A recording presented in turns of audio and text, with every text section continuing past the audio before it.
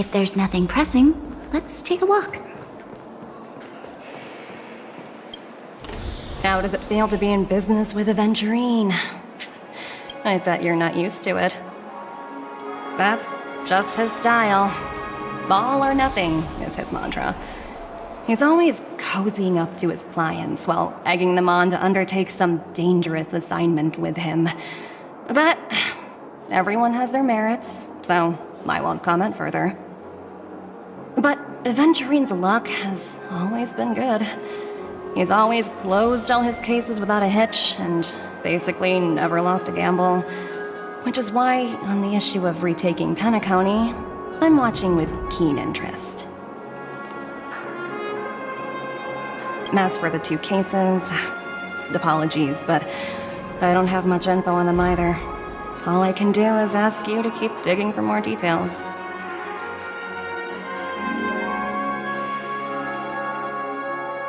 Please, continue to investigate the case. All I can do is sit tight in the real world. I look forward to hearing your progress.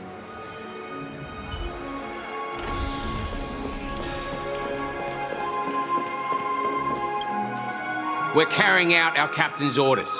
What do you want? We made a mistake last time, and we're working hard to rectify it now. We don't have time for anything else. Surveilling the IPC executive Topaz, ensuring that she stays put at the Reverie Hotel during her time on Penacony. We've got the right one this time. So that's it. They were the pair who were after Firefly at the time.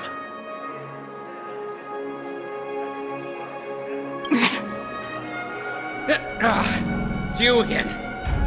Back for more trouble? We're not afraid of you this time. Well, spit it out. Stop bothering us if you've nothing important. So you know each other. Why do you keep running into people you've beaten up before?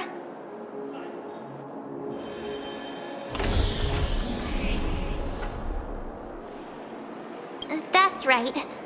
We're investigating a murder for the family. Can we speak to your captain about the case? Well... Hey!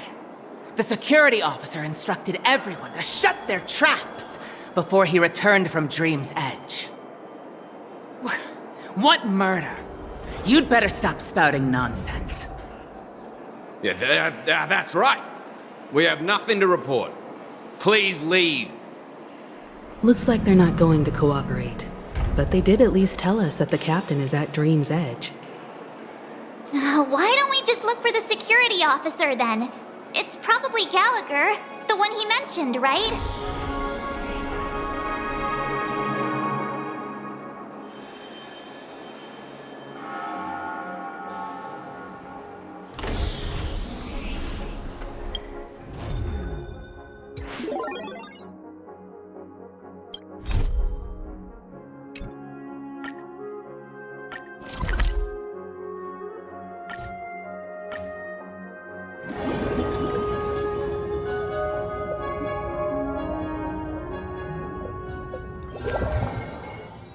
Such tight security. I bet they're stumped by the case as well. Gallagher. Gallagher. Apologies. The Bloodhound family is running an investigation up ahead. No unauthorized personnel allowed. Hold on a minute. I think I've seen you before. The gray-haired one. How much trouble have you stirred up exactly on Penacony?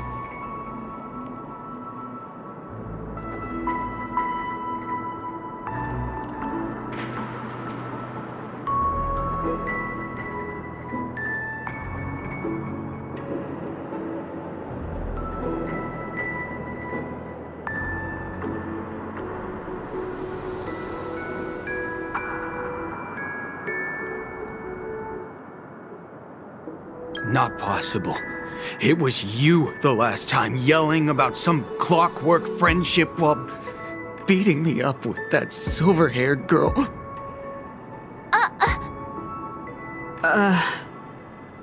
I'm not letting you get by this time. Please leave, or I'll have to get on my knees and beg you. Huh? What kind of heinous crime have you committed now? Hold on, sir. We have documents authorized by the family that would aid your investigation. If it wouldn't trouble you, could we see this, Mr. Gallagher? Who exactly is this Gallagher you keep talking about? There's been a few people mentioning this name. Even the one with the gray hair. He didn't send you all here?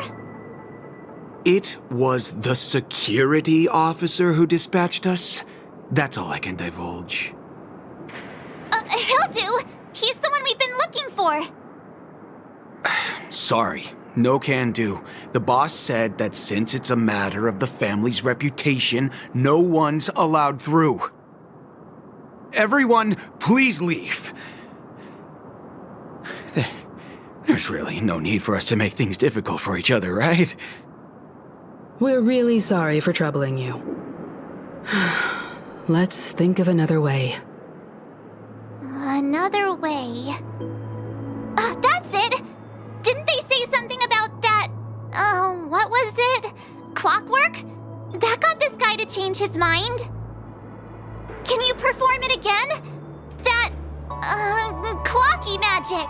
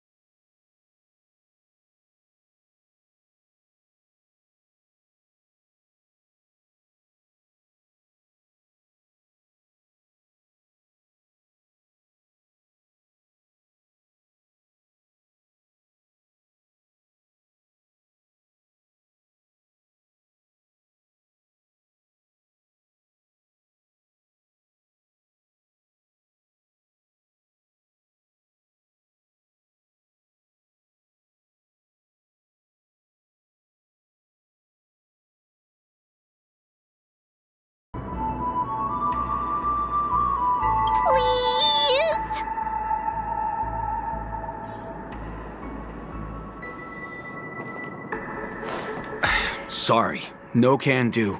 The boss said that since it's a matter of the family's reputation, no one's allowed through. Everyone, please leave. There's really no need for us to make things difficult for each other, right?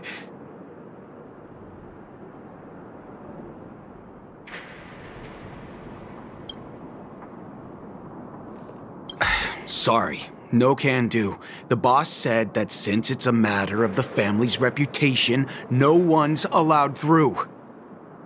Everyone, please leave. There's really no need for us to make things difficult for each other, right?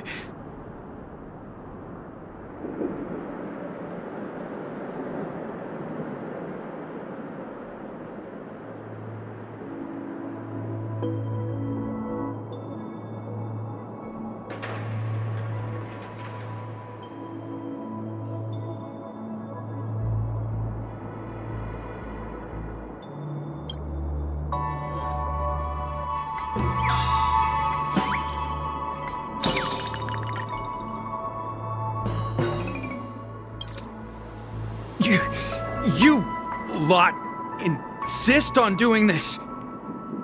Sorry, but human lives and the family's reputation are at stake. It is imperative we know everything about the case. No, I meant to say...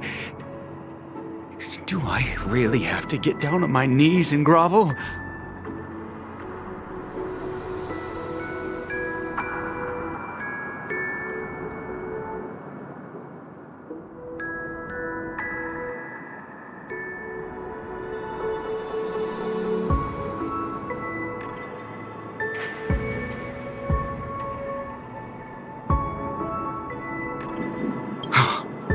I didn't think you were the type who would kick someone when they were down. If that's the case, I'll just have to acquiesce to everyone's wishes. Lower my esteemed head and plead with everyone. No. No need. Standing is just fine. You don't need to do that. Looks like he still doesn't want to budge an inch.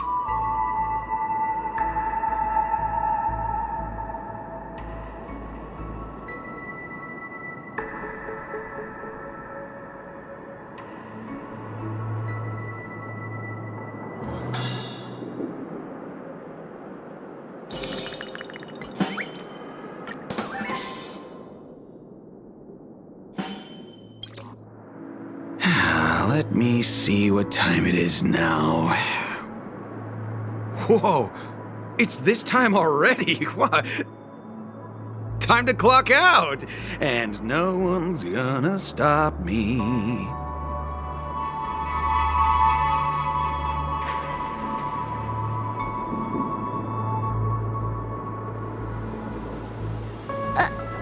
What?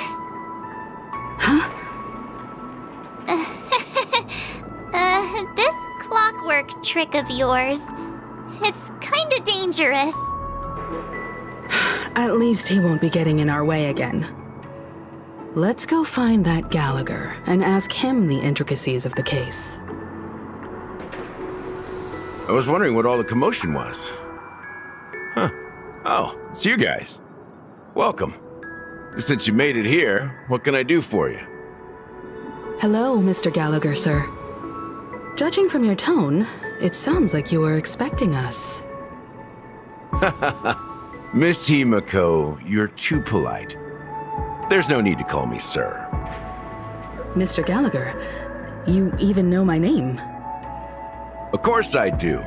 You folks are from the legendary Astral Express and honorable guests of the Watchmaker. I had an encounter with this gentleman in the golden hour. I remember that little silver-haired girl was there too. I'm sorry for what happened to that kid.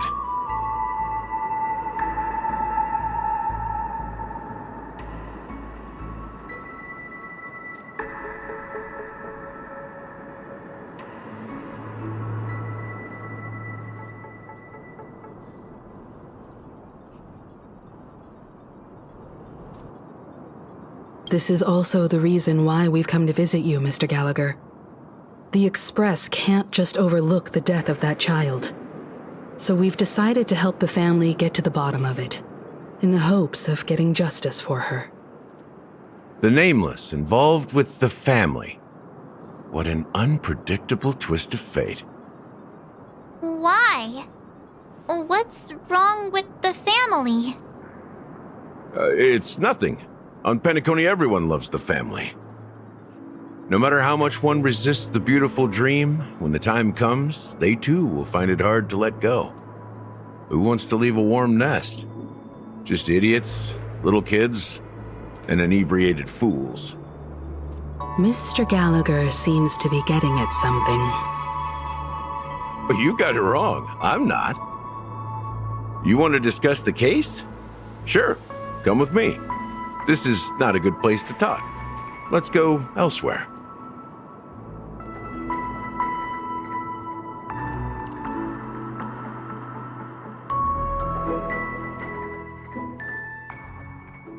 Even after that chilling tragedy, this dream is still running effortlessly.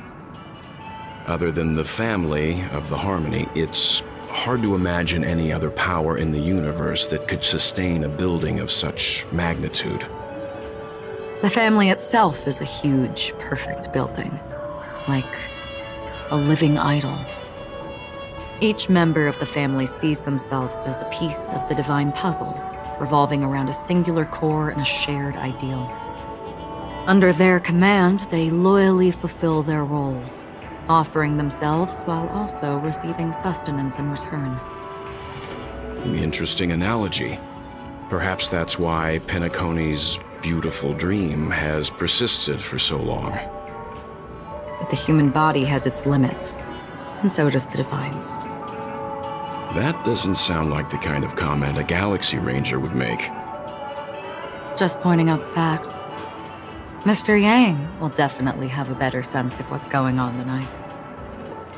Why do you say that, Miss Acheron? The beautiful dream is crumbling. But not because of a particular eon, a particular faction, or a particular visitor. Its collapse stems from a certain inevitability of human nature. The family refuses to acknowledge this, and it has ultimately backfired and become a catalyst. As people immerse their souls in the dreamscape, where consequences and pain cease to exist, and only ease and pleasure prevail, they draw closer and closer to necrosis. Regardless of the perceived bliss, death looms as the inevitable conclusion. Also, this necrosis will diffuse and spread. One piece of the puzzle's mutation will eventually cause the entire building to shake, break, and crumble. In the end, the dreams that people built in the name of freedom became the cage that imprisoned them. I'm sure you've gained a lot from this trip, Miss Acheron. Are you willing to share your findings with me? Of course. That's if I remember.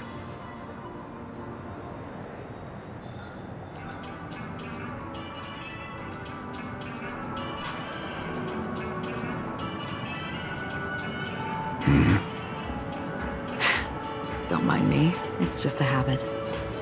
Owing to events in the past, I've become easily forgetful. It's only when this sword is unsheathed that those hazy memories start to become clearer. Take your time. That should do it. I vividly remember everything that occurred on Penacony. Ask away.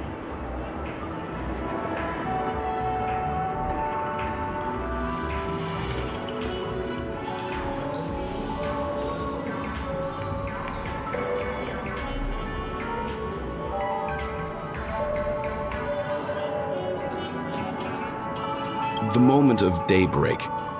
I've heard that's where the Dawn Factory, which processes the foundation of the dreamscape, is located. Behind the dreamscape's song and dance stand many imagination factories. Workers create all kinds of whimsical works day in and day out in their dreams. Then they return to reality and sleep on a narrow bed in a room. A far cry from luxury. They say it will suffice. Experiencing the bizarre and motley dreamscape is the best reward. There, I encountered a young woman who had just come of age, the perfect time to indulge in beautiful dreams. Her greatest wish was to one day move to the golden hour and see the magnificent garments she had woven with her own hands. For certain reasons, her wish was difficult to fulfill. But I managed to bring her a garment.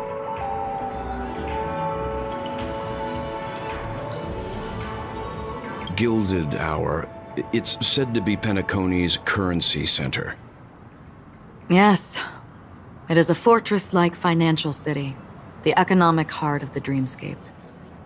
The Pepeshi people of the Alfalfa family are there to keep it running, sending blood that is made from money everywhere on Penacony. Everyone there is exquisitely dressed and always in a hurry. The greatest wish of the local Pepeshi people is for their future generations to work in the Gilded Hour. I've never met anyone who is willing to talk. I could only stand at the crossroads, watching crowds of people hurrying like the wind through the jungle of steel, only to deposit the alfalfa credits that they'd earned into the bank's vault. I don't know if they would open the vault door, but before I left, I witnessed a well-dressed Pepeshi person plummet from the sky, while those around him continued on their way, unfazed.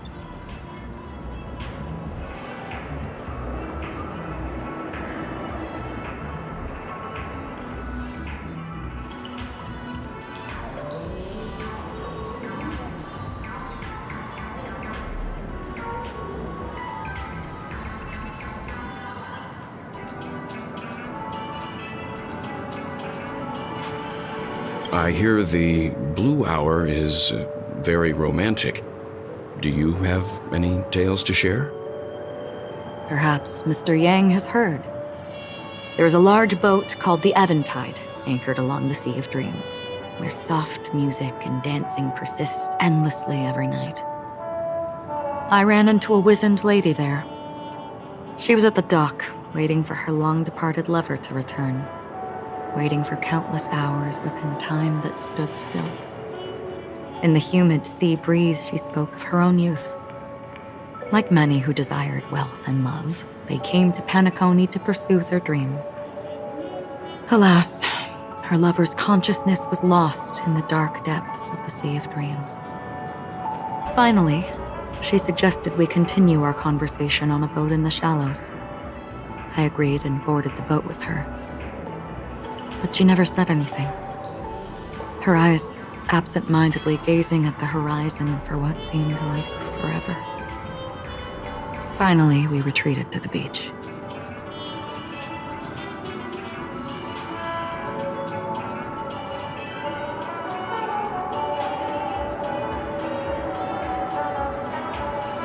The dreamscape of chic, luxury, and consumerism, the moment of dusk.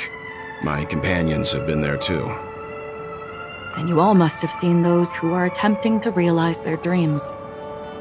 Or have realized them, scattering money as if it were dust and betting it on all or nothing. Everything has a price, and everything can be bought or sold. Even dreams themselves. I saw an Intellitron there, who was preparing to auction himself. When someone wins a bid under stipulated periods and rules, he would do the buyer's every bidding, becoming that person's very possession. That Intellitron had been auctioned off 12 times, and I participated in his 13th. That was the grandest banquet I had ever attended. But never again did anyone cast another glance at him. This time around, there were no successful bids for him.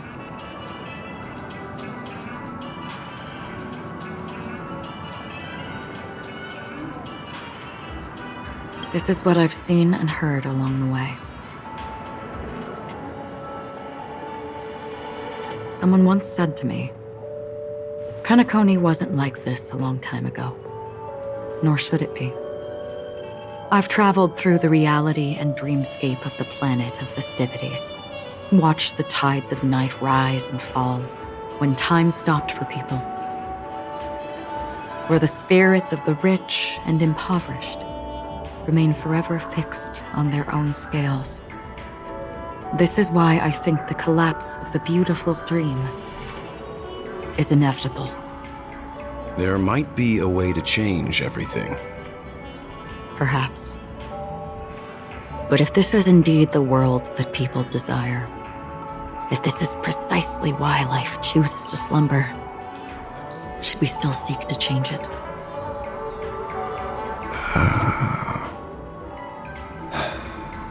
Miss Acheron, now it's my turn to share a story with you.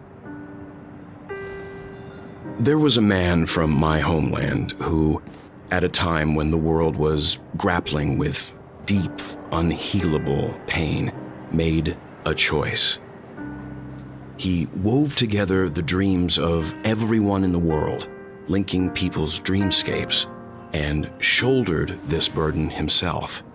From this, he created a giant, a spiritual Adam. And since that moment, the giant stood between heaven and earth, becoming the pillar of the world's existence. As a price, those who found it hard to move forward, who could not advance, forever lost their future. They slumbered in a dream, devoid of disaster and pain, living out their days peacefully in the man's created utopia. And it is because of the wishes of those people who wished not to awaken that this spiritual Adam became unbreakable. And yet, you stand here right now, which also means that man failed. Because people must always move towards the future. Even if human weaknesses make them pause when they truly cannot move forward, humanity will eventually seek a way to save itself. And that man, he was never a failure. Like everyone in that world, he etched the possibilities of human nature into his heart. He was the sun chaser of legend, soaring towards the sky and embracing his final victory with his fall. He ascended to heights uncharted, only to come face to face with the sun, a place not visited by anyone before. His wings would melt because of it, only for him to fall into the sea. And after that, countless others would surpass him, soaring to even greater heights. A fitting metaphor for the Nameless's trailblazing spirit. Thank you, Mr. Yang. I know what you wish to confirm. The universe has innumerable similar, yet different worlds. In these worlds, there are innumerable people who look alike, yet don't. I, too, have embarked on journeys, encountering old friends with familiar faces on different worlds, witnessing their destinies follow paths similar to mine. So I will tell you, even if not completely similar, the story you just told, it overlaps with my past. And within that abyssal dream, I ended that man's life. Alone.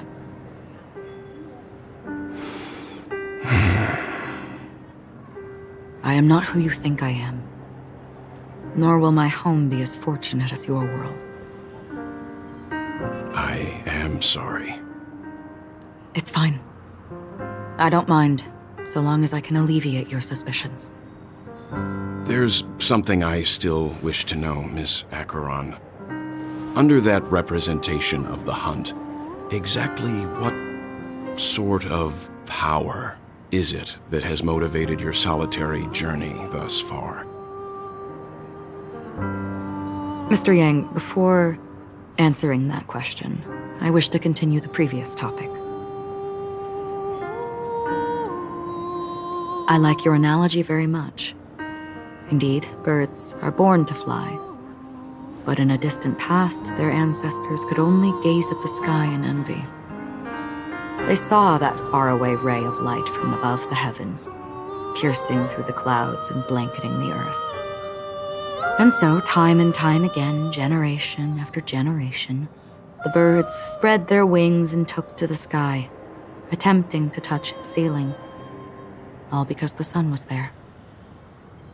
Then, what if the last bird finally soars into the sky, only to realize that the end of the light is not the sun, but darkness? Then why, exactly, do we even walk towards the light?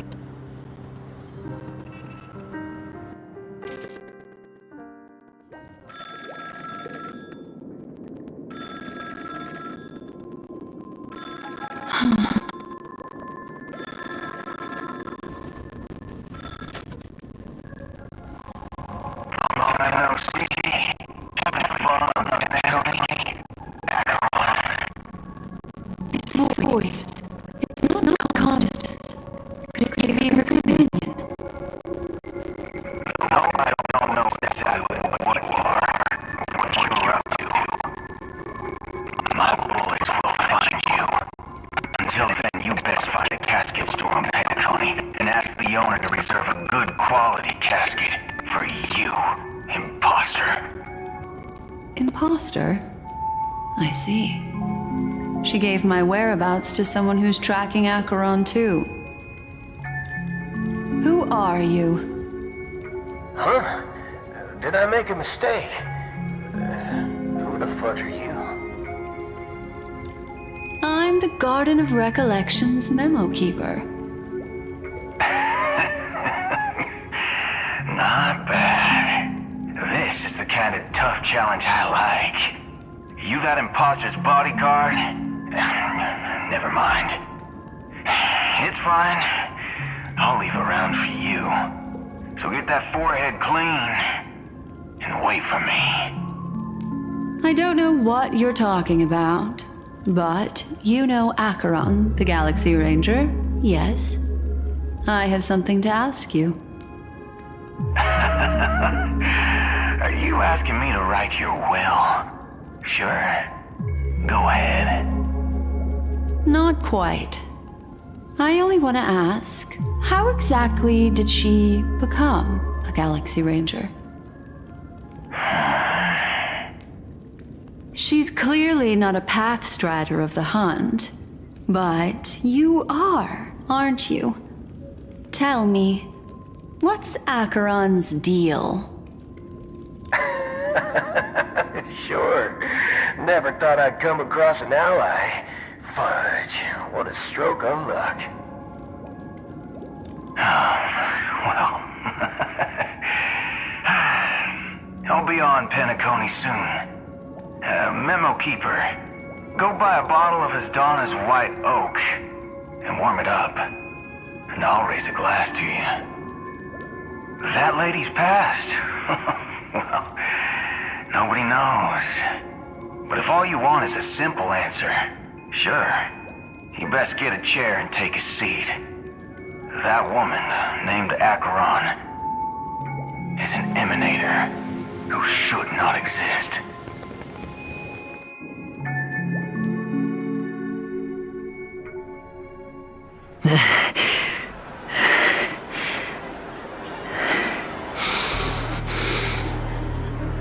You look pale. Or is that also part of your act? I didn't think you'd have the nerve to show yourself. I thought this was exactly what you wanted. After all, I faithfully fulfilled my duties as you instructed. Just tell me if you can't hold on any longer. So, the genius of the Council of Mundanites wants to be my Undertaker now. My, what an honor. Yes, and I'm pretty sure the people at the Strategic Investment Department would love to be notified of your death in due time. But let's not forget, you won't be seeing them. because I'm the manager of this task.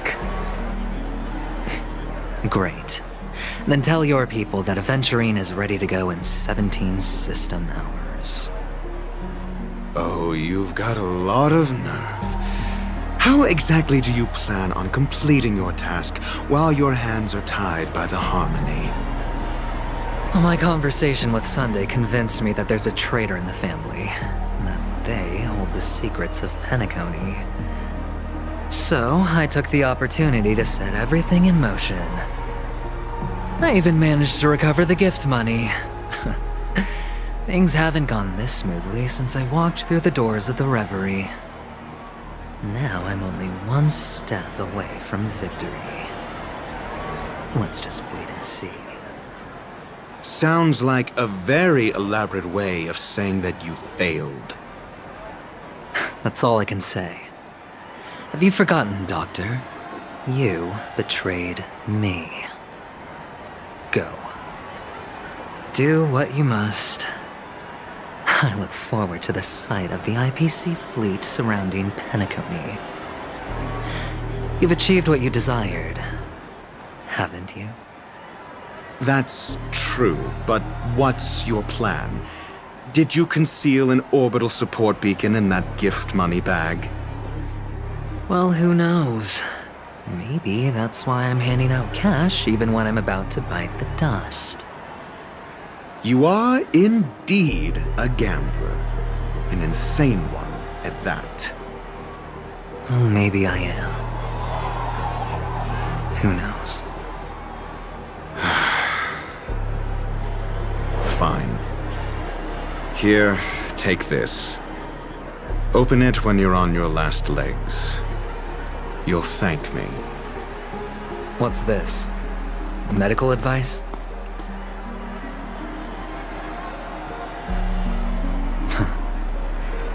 You catch on pretty fast, Doctor. Asking me to solve a case without giving a single clue. How typical of you, you wing-headed scoundrel. But the way you're all on edge about that stowaway, it's just as I guessed it would be.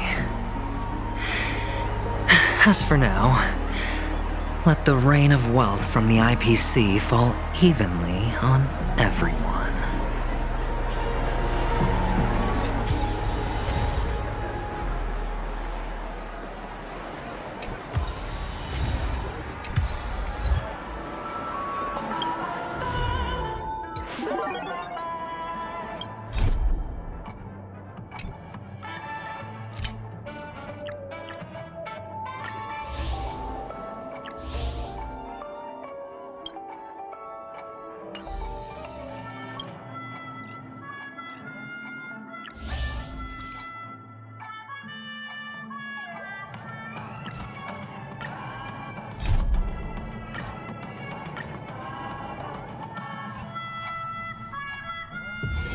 If there's nothing pressing, let's take a walk.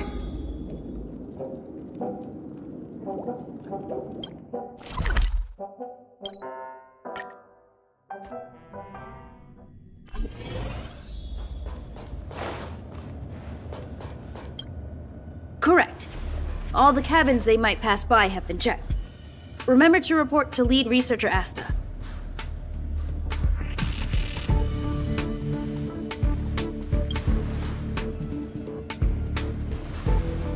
We'll deal with problems outside the base zone later. Ah, it's you.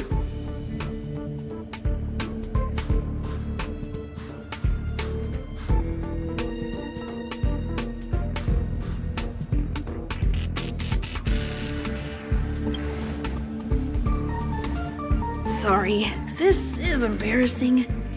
We suddenly had some stuff come up. I wanted to take care of it before you arrived, but I can't seem to even get a break around here. Never mind about that. Here, this is for you.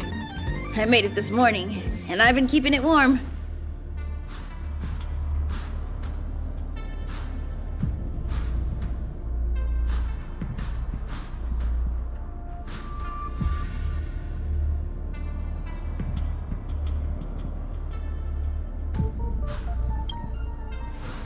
That's right.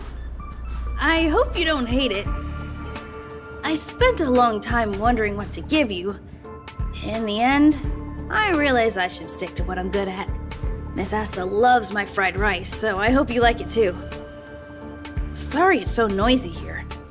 I wanted to find somewhere quieter where I could get your feedback, but...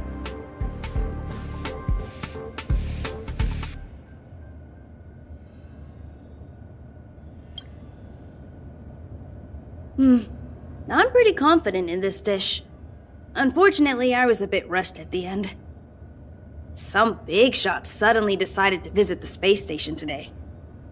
Everyone has been in a hurry since the announcement.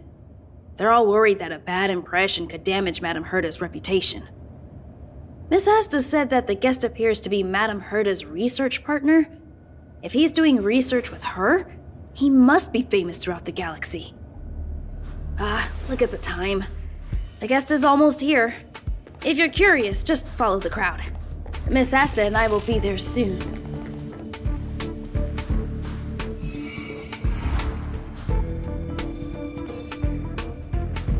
Welcome to Herta Space Station.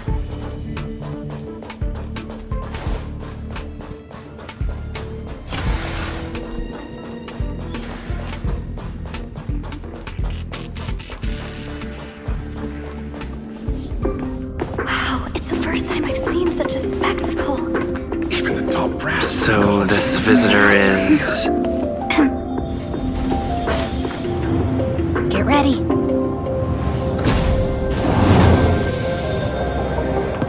Hypothesis. Thought always precedes word. Huh? And yet, I can't find the words for this moment. It's good to see you, Asta. I apologize. I'm 4 minutes and 13 seconds earlier than the appointed time. I hope it's not a bother. Of course not, Mr. Scrollum. Welcome to Herta Space Station. No need for formalities, Asta. Herta Space Station is where knowledge converges. Here we celebrate the equality of thought. Such collaboration between organic life forms is magnificent and efficient. You're rebuilding the space station far quicker than I could have imagined. We appreciate your high praise, Mr. Scrollum. Would you like me to show you around? Since the last summit, we've launched several new research projects focused on silicone-based matrices. Well, that sounds lovely, but I do have a meeting with Herta, so let's put the new surprises on hold for now. Madame Herta should be in her office. I'll take you there. Right this way. Sure. And you are?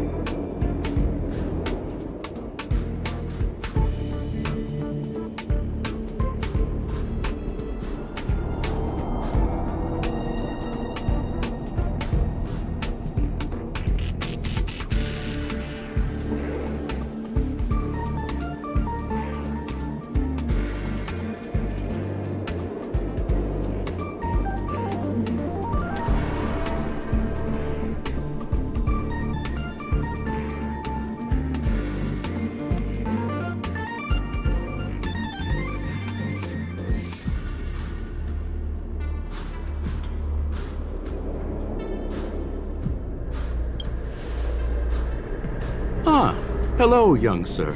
I've heard so much about you. Herta talks about you often.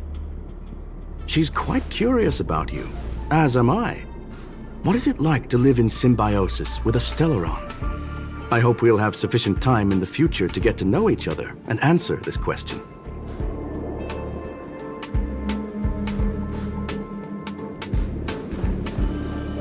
Sorry, I wanted to show you around, but now I don't think I'll be able to get away.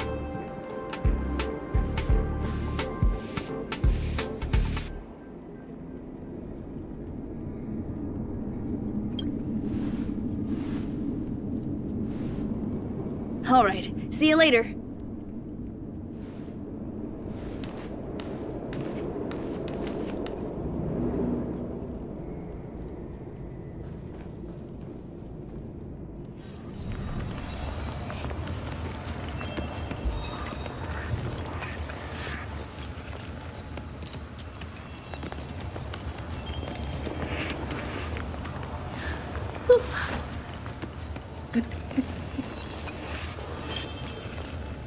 Strange. It should be around here somewhere.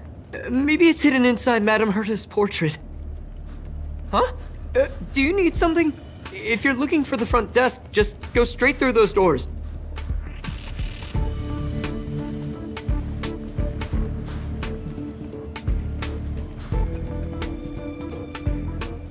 Such a concerned and responsive tone. You must be the one everyone's been talking about recently. Your kind-heartedness is famous throughout the space station. Allow me to introduce myself. I'm Leonard, a cybersecurity engineer here at the space station. You probably know that this place was recently attacked by the Antimatter Legion. In the chaos, the master control system for each zone was paralyzed.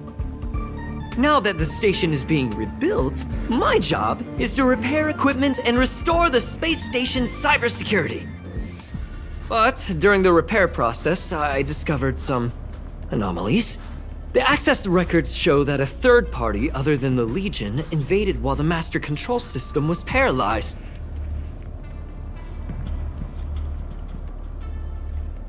I don't know who or what it was.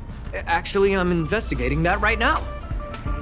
We suspect that it may have been the Stellaron Hunters. It's an elusive group and very dangerous. Every member is on the IPC's wanted list.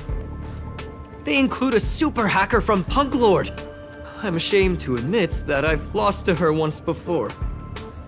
A while ago, I discovered her whereabouts during a screening process.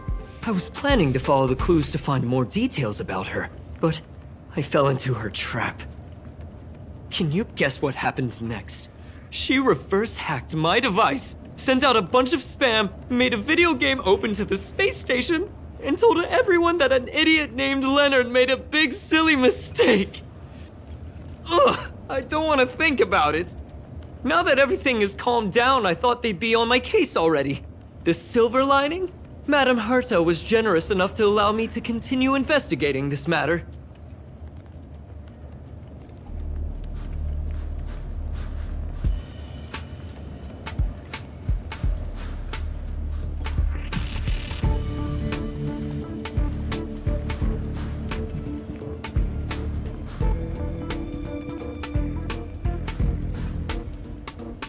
Yeah, it was pretty unexpected.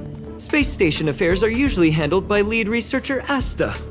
This is the first time I've seen Madame Herta give orders in person. To put it simply, the leaders have given me an opportunity. How could I not cherish it? If I can make up for my mistakes and do a good job, I may have a chance to prove myself. This time, I plan to start from inside the space station and see if I can find some clues to trace the intruder's steps. Maybe I can find the blind spot I missed before. I designed a decoding program. Look, it looks like a camera, but it's actually a detector. We should be able to find hidden clues with it. Just like this.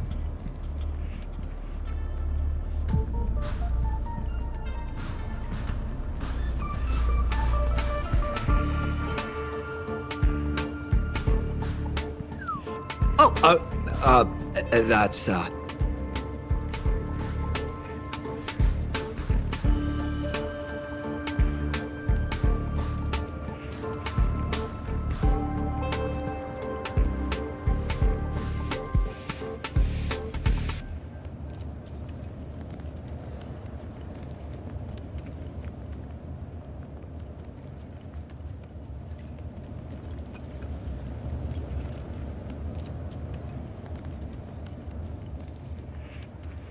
I didn't ask you to look at that! Unbelievable! Why would something like this be in the space station? The staff wouldn't even dare scribble on the wall, let alone leave a drop of sweat! So this is what we're looking for? This suspicious evidence? It wasn't what I was expecting, but...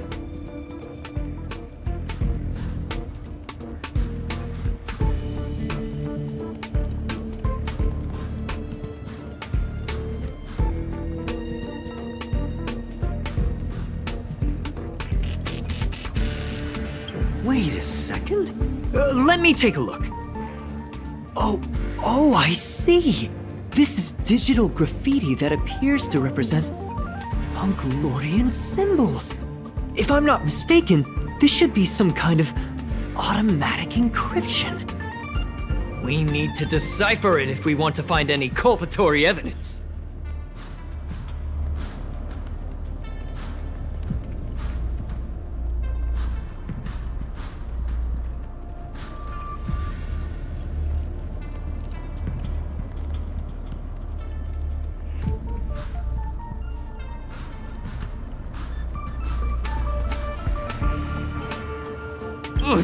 You got me there! I got caught up in our conversation. I wasn't paying attention. Let me think. Maybe I've been under too much stress recently and I subconsciously want a friend. Anyway, if I were to find clues related to the Stellaron Hunters, wouldn't that be helpful to you too? Just do me a favor. It won't take up too much of your time. Here, just point it at the graffiti on the wall.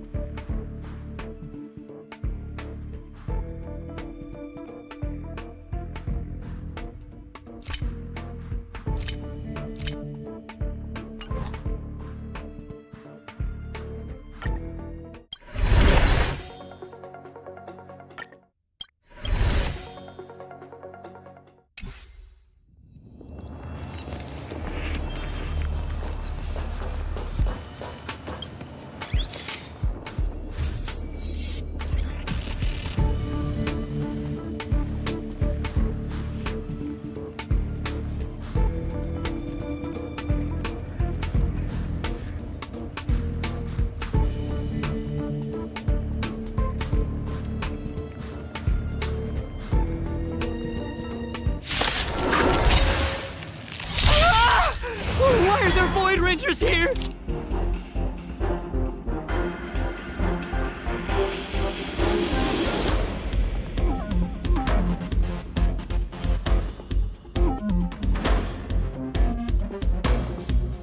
A decisive...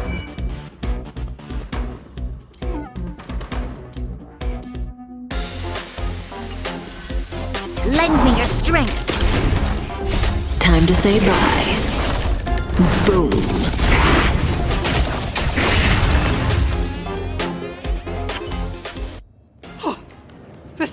That scared me to death! Did you see that? It seemed like something popped up here, then Void Rangers jumped out.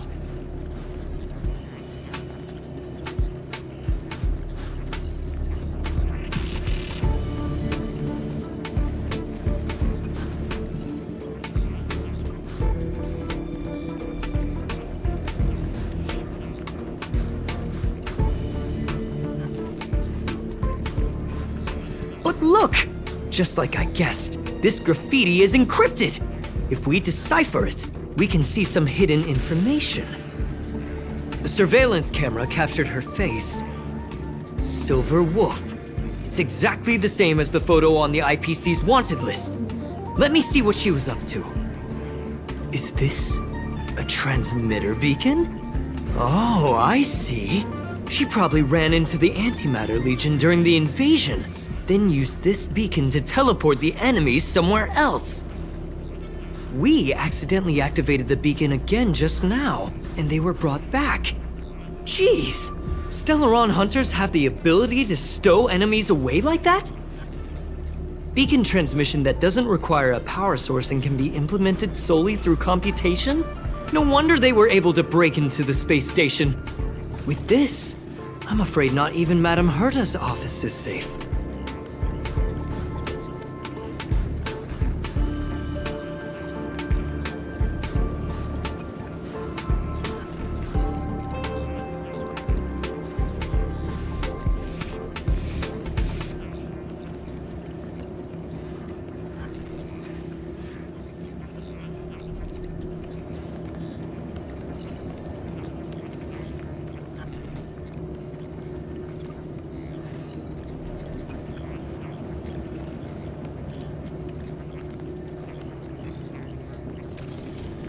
It's really hard to stay calm. You know, if it wasn't for you, I'd probably be lying on the ground right now. So it's really important that we work together. Please! There's a strange signal nearby. Maybe it's another piece of graffiti.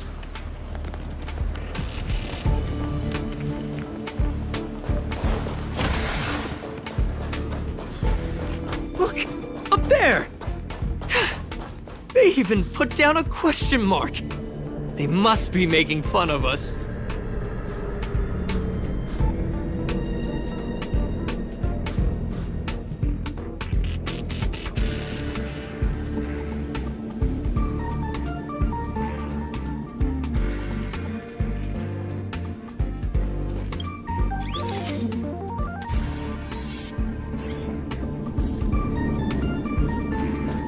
She went towards the base zone. Yep. There's only one way.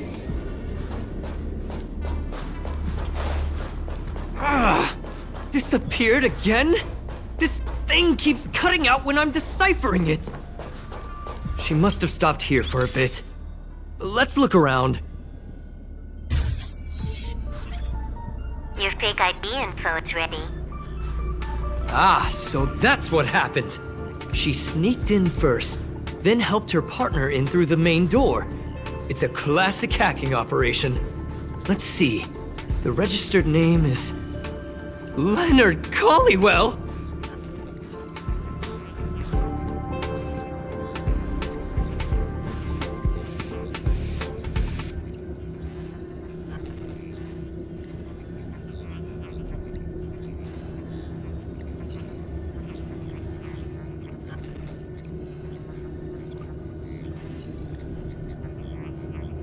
How is this possible? She used my identity. I never noticed that there was an issue with this record. I subconsciously glanced right past it when I saw my own name. She's so cunning.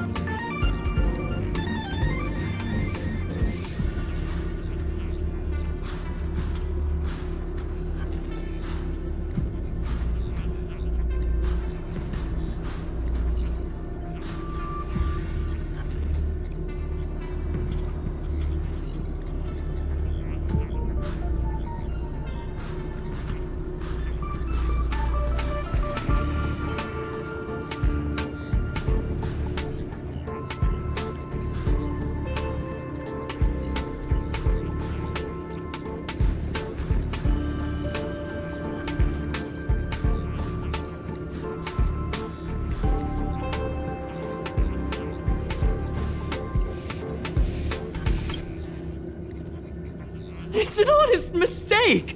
The reaction of any ordinary person is to check for unfamiliar names, right? I mean, who would think to check their own name?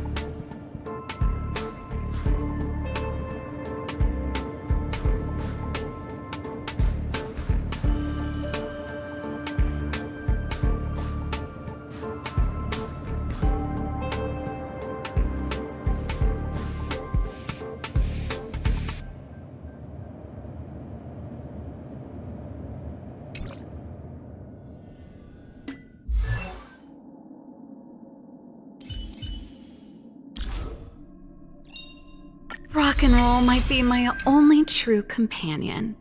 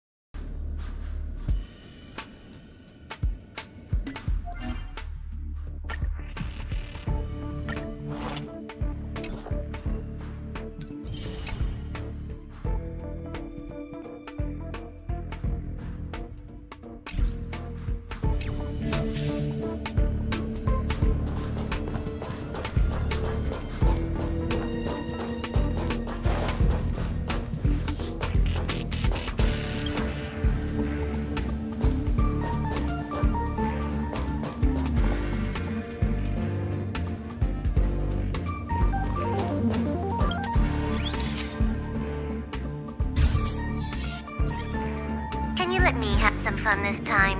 Our last few operations turned out to be pretty dull. She makes it seem easy. Is she really looking at the Curio Collection Index?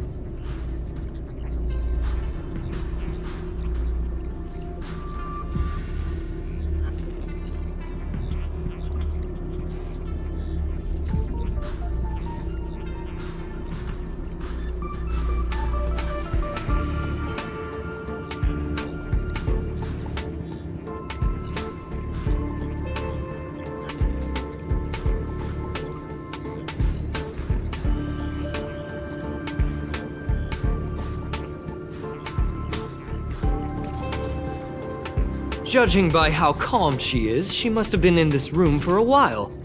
Maybe she was waiting for someone. I'm not sure what happened after that. Let's search somewhere else.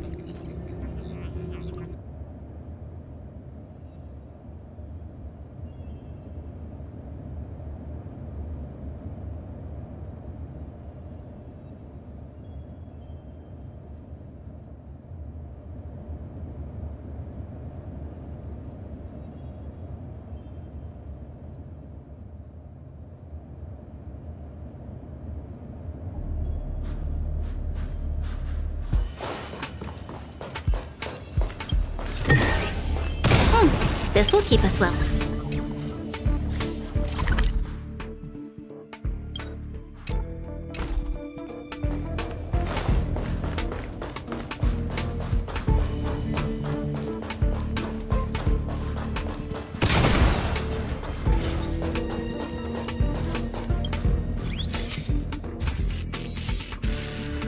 The graffiti's location is quite interesting. It feels like she's playing a game with us. One dot leads to another.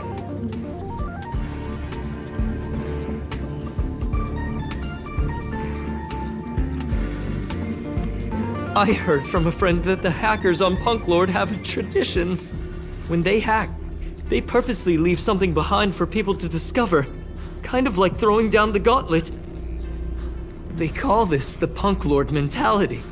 There can only be competition when there's rivalry, and there can only be excitement when there is competition. Life's a game, and having fun is what's most important. I don't understand that way of thinking, but it seems like this graffiti might have been left behind for us on purpose as a clue. The same thing happened last time as well. I was so close to the target, but got obliterated in the final battle of information.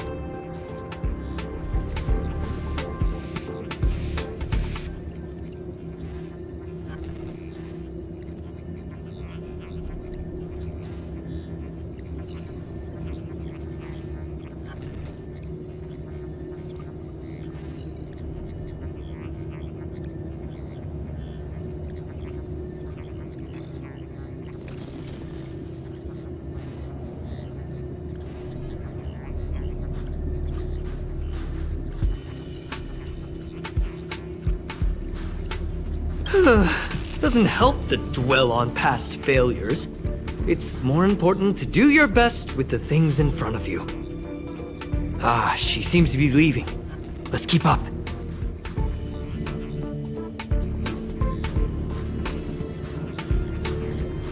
They seem to be heading toward the monitoring room.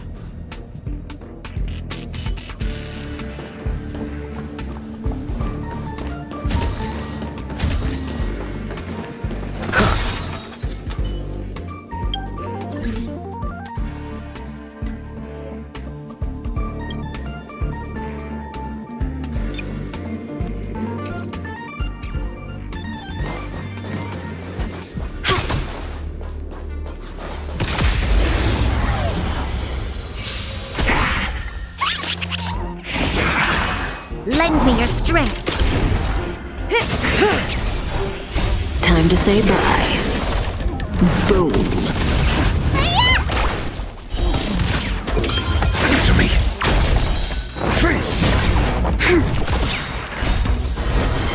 To guard and defend. Crush them.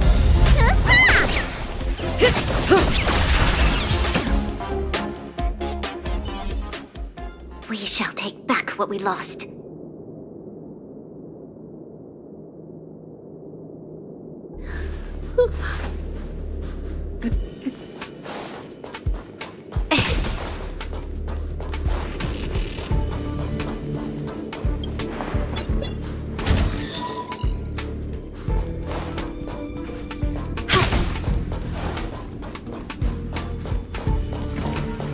Another graffiti. They're all different too. She really put some thought into this.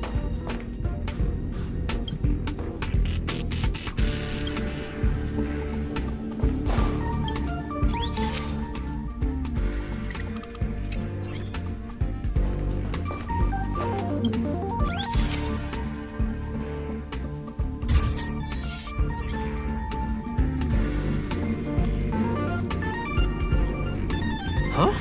Is this section of the record damaged? She went through the wall and disappeared.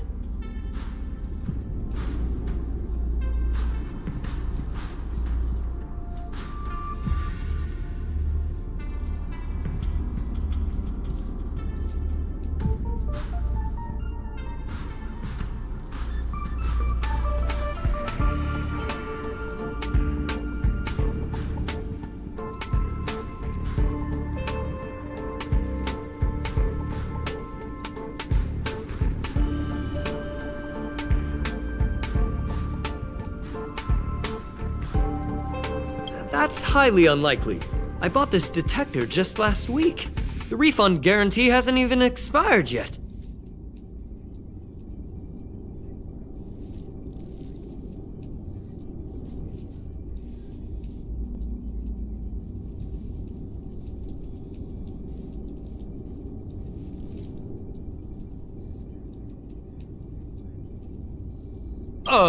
Let's talk about that later. Hold on, I got it! It might be an effect from a curio. There was a pre-established folded space here, and the intruders found it and took advantage of it. No wonder she kept going through the curio collection index. This space is connected to the Stellaron room. Do you still remember it? That's where they put the Stellaron inside you.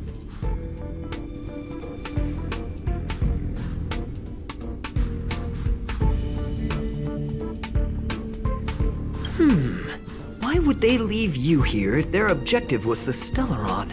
With her capabilities, all she would have needed to do was make another beacon. She would have been able to escape with the Stellaron, no problem.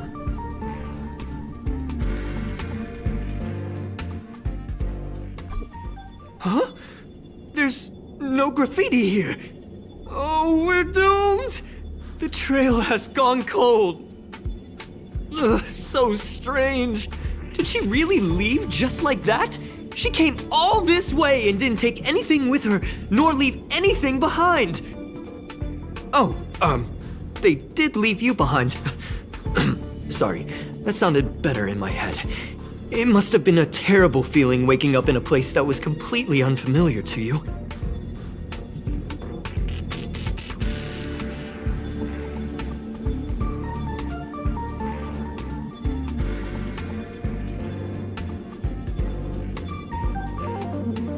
can't help but feel there's more that they're after. I really hope I can find something that's useful to you. Otherwise, I'll feel bad for having you do so much work for nothing. The more I talk about it, the worse I feel. I should probably find something that I can do. There's a rating pistol here. I wonder what my rating would be. Whoa, look here! There's a strange access log in the rating pistol's compartment. It looks like the log time occurred during the Legion's invasion. The researchers would have already been evacuated by then. Could it have been her? In which case, she didn't leave immediately. She implanted the Stellaron inside you, and then fiddled around with the rating pistol for a while. Could it be that... I just realized something. We need to go to the curio collection room on the other side.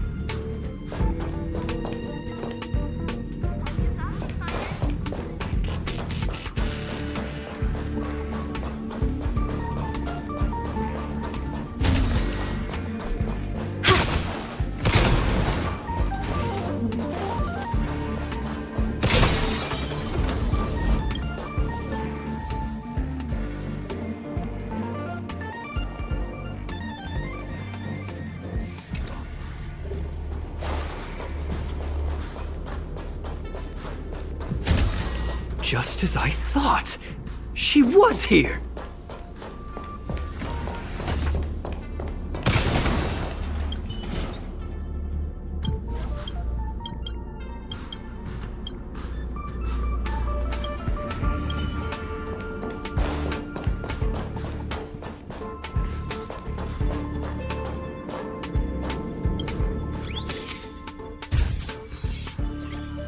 I just remembered that Madame Herta has a game cartridge named Punk Lord Mentality in her collection.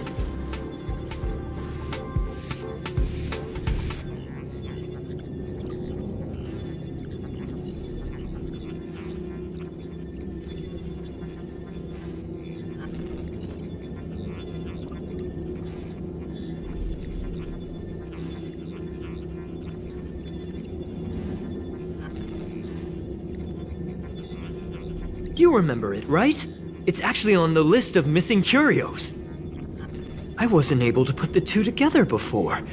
If the hacker has a personal objective other than the Stellaron Hunter's mission... I got it! I got it now! The Stellaron Hunter's operation was just a cover for her.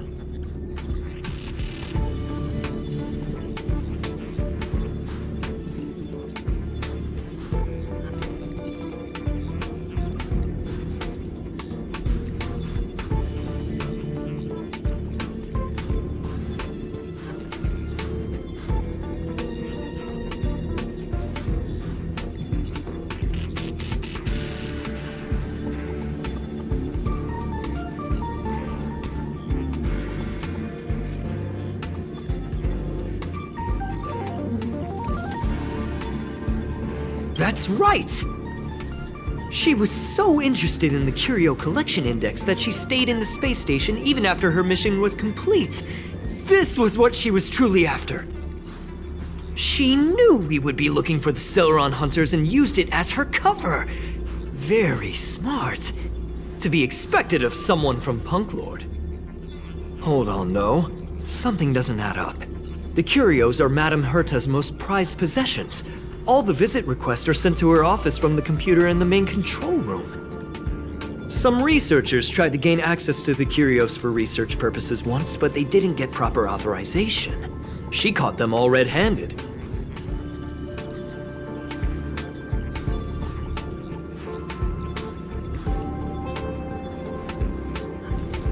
Me too. The fact Madame Herta hasn't responded to this can only mean one thing. That the main control room was hacked as well. We need to go and take a look.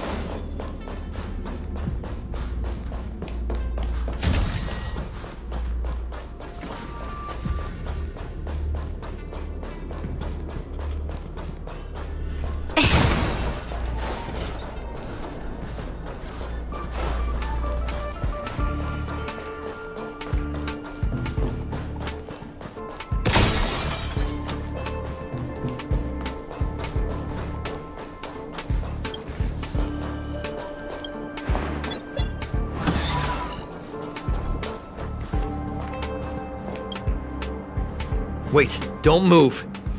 Oh, I get chills just looking at the space station monitors now. Let me investigate first. Just perfect. Not only did she shut off all the access logs, she shut off all the terminal transmissions too. I thought it was the Legion that did this.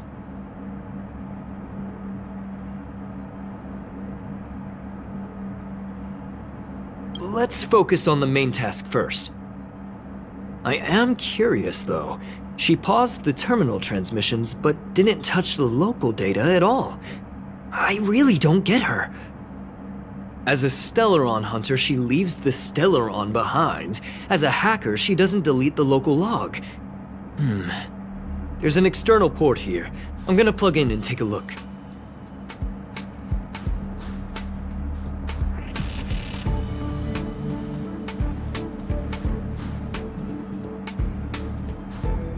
Relax, friend. I've done this a million times. Look at this agreement.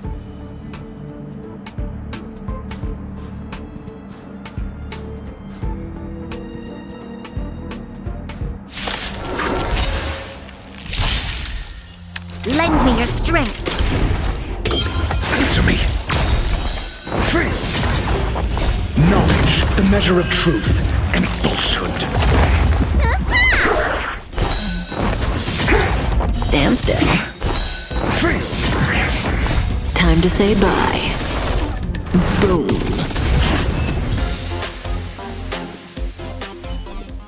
See? I was right. There was something fishy about the local data she left behind.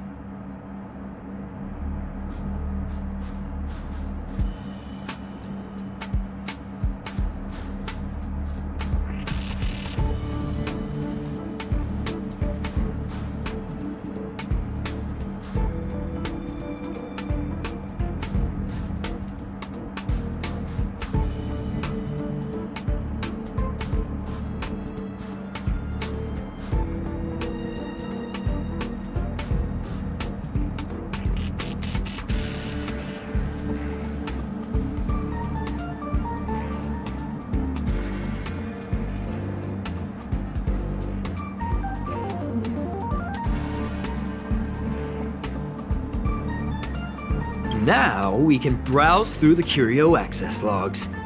Huh? That can't be right. This curio doesn't seem to have ever left the space station.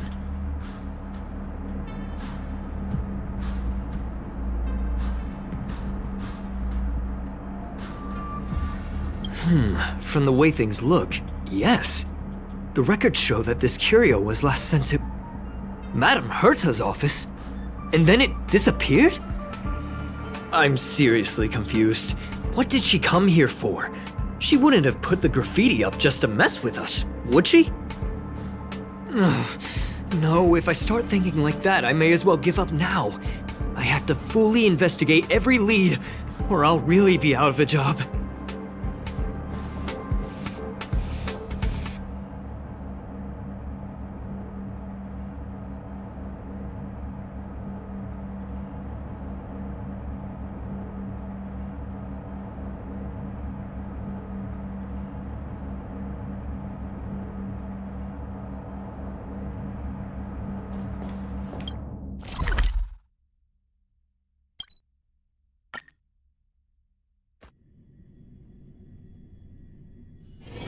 If there's nothing pressing, let's take a walk. Only Hertarium are accepted for payments.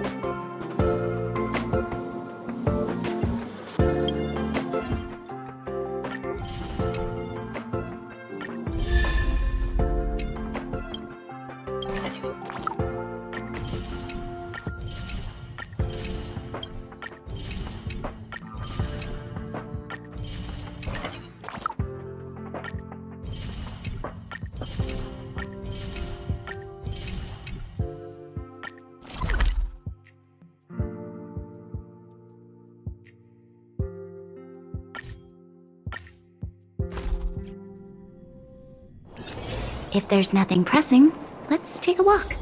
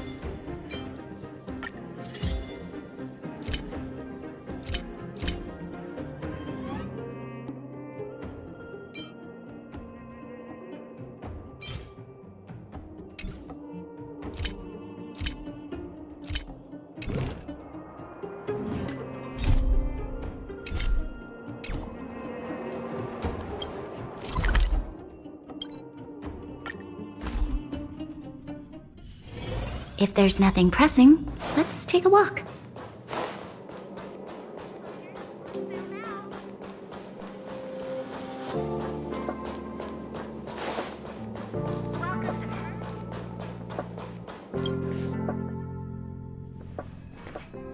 That's not gonna happen. I'll say it again.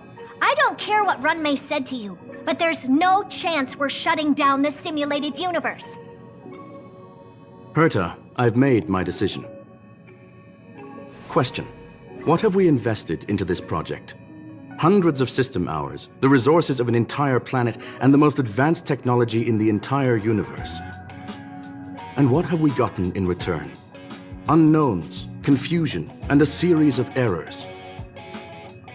In the beginning, we defined the simulated universe as a miniature world that could be used to discover the traces of the eons. But now, it's become something far removed from its original purpose.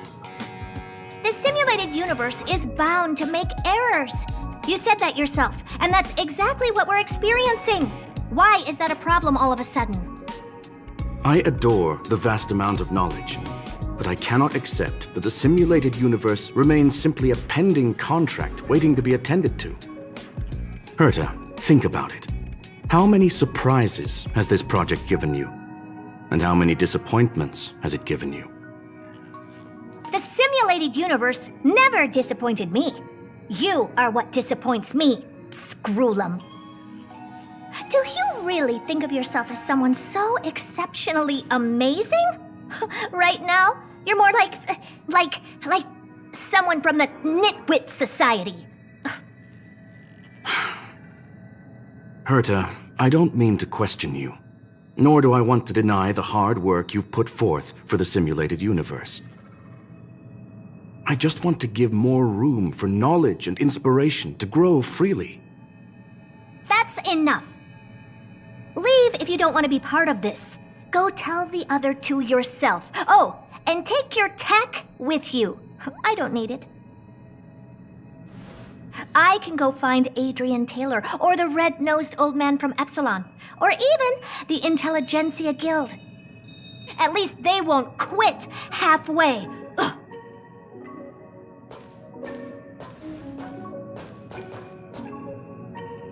Scroolum, we've known each other for a long time. This is the first time I feel that you're nothing but a piece of ice-cold metal.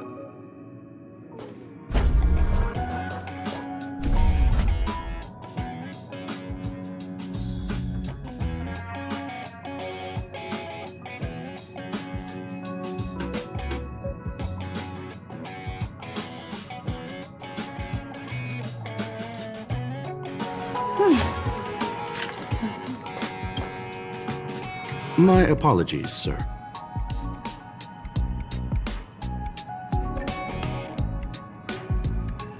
This all started with me. I was the one that brought up the request to end our academic collaboration. Well, don't get me wrong, I have nothing against Herta or the project. The simulated universe is a great experiment, and Herta is a true genius. However, we have our differences when it comes down to our long-term vision for the future. These differences will often manifest into bias, and bias will get in the way of the formulation of knowledge.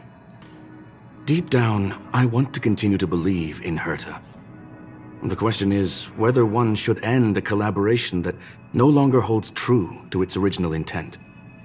From an objective standpoint, I should end it immediately. Are you worried about her mental state?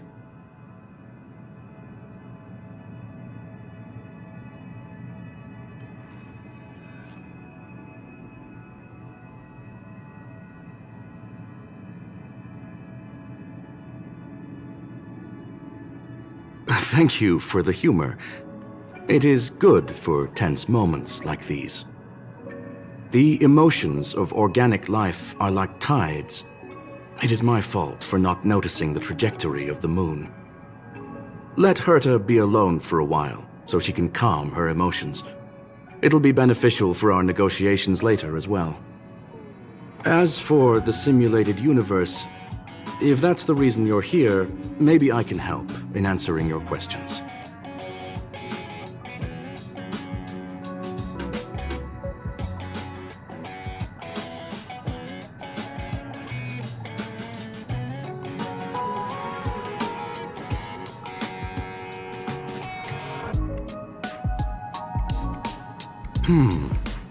Search. Bonfire in the depths of the woods. A lone stone sword points to the stars. Punk Lord mentality. That is no ordinary curio, my friend.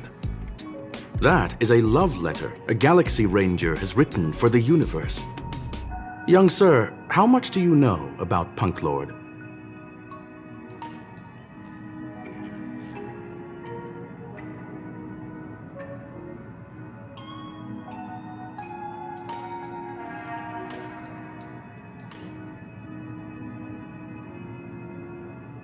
It is a planet made of data and symbols. The edges of reality and illusion are blurred in Punk Lord, as are its days and nights. An ether cartridge is a chip that Punk Lordian hackers use to edit reality. The ways through which a hacker perceives and modifies the world are recorded on the chip. It's a recording of the hacker's life and proof of their existence. The one on the space station belonged to someone truly legendary. He became a Galaxy Ranger by accident and spent many long years traveling among the stars. He encountered countless fascinating individuals and saw wonders witnessed by few. Many of the records and details recorded therein are beyond the knowledge of even the IPC and the Intelligentsia Guild. That is why it became part of the masses of calculation data for the simulated universe. Yes, no need to worry, my friend. The cartridge has never left the space station. It's, as I said, it is a very important reference for the simulated universe. That is why its data has been extracted and added to the calculations of the universe model. Herta was probably impulsive and added the cartridge into the simulation without telling anyone, resulting in the item being listed as lost.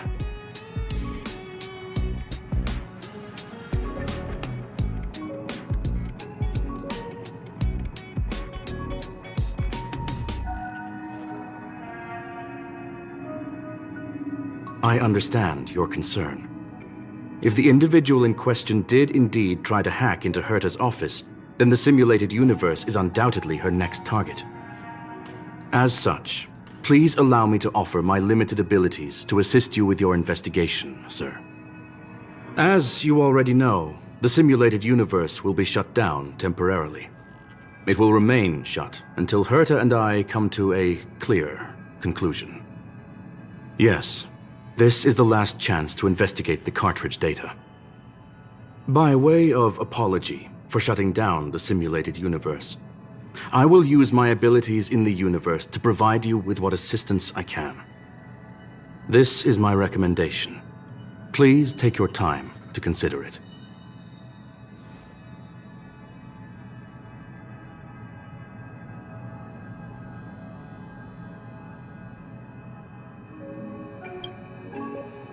Well, sir, are you ready?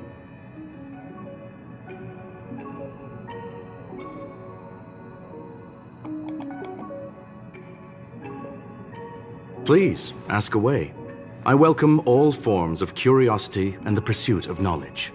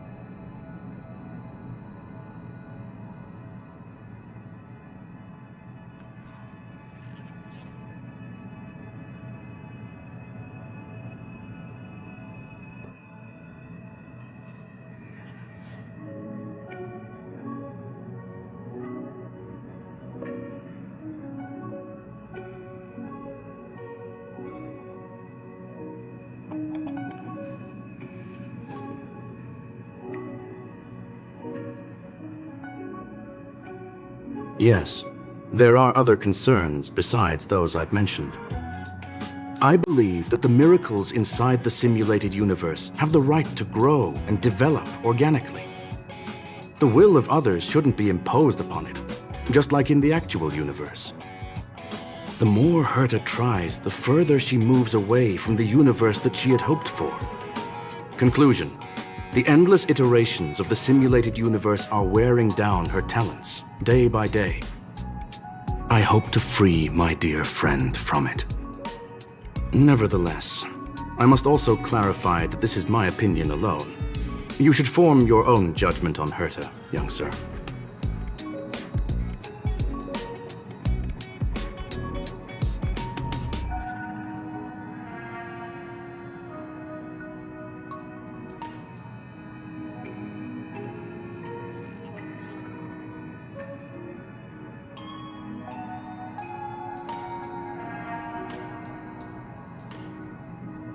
They are a group that carries a balance scale with them at all times. They believe all the justice in the universe needs to be achieved through individual deeds.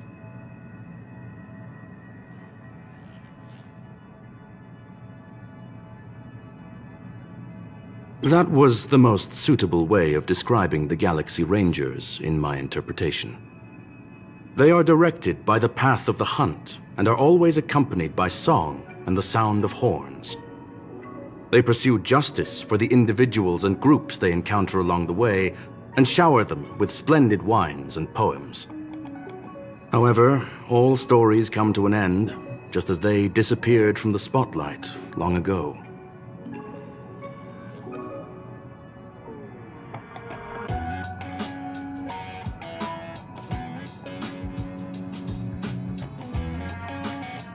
There is a group of life forms there that know nothing of fatigue. They are attempting to touch upon the umbilical cord of the truth. They are compiling the languages, thoughts, and even emotions of the entire planet into symbols that even inorganic life forms can understand. You see, in the vast sea of data, life exists only in one form: a line of code. Whether it's a butterfly, a whale, or even you, the length of that line of code dictates the boundaries of what the entity entails.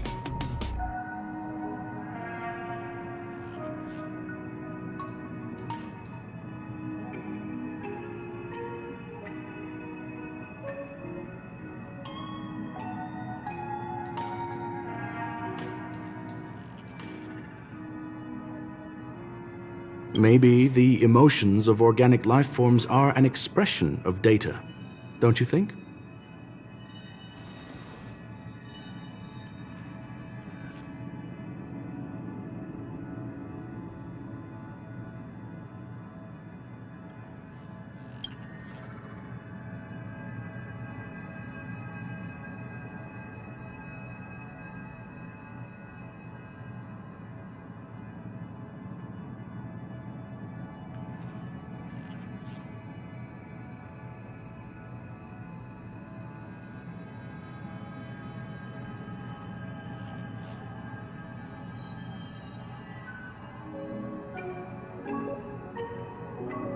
Very well. Get going we shall. I will be sending you into the simulated universe using an alternative method. It might feel a little different than usual. This will help us quickly locate the cartridge in the vast sea of data. We'll start with this data link. Now, please prepare yourself for a deep dive with your consciousness.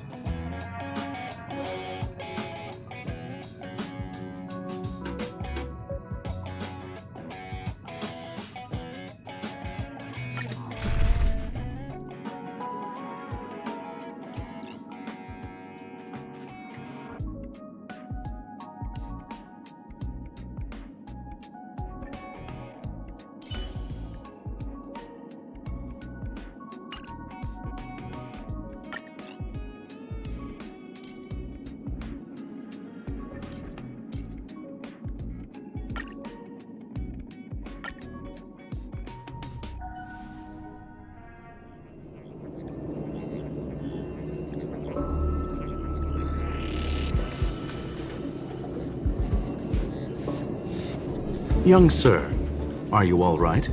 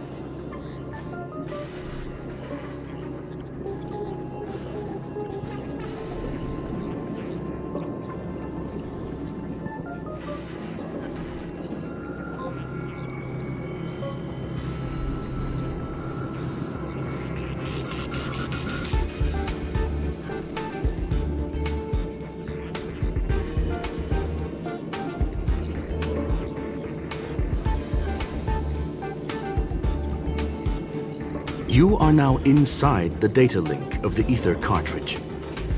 Look around and tell me what you discover.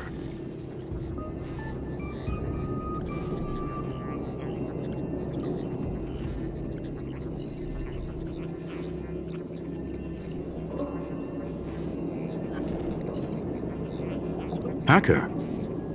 Oh. Conclusion. That is a holographic record that the simulated universe has created.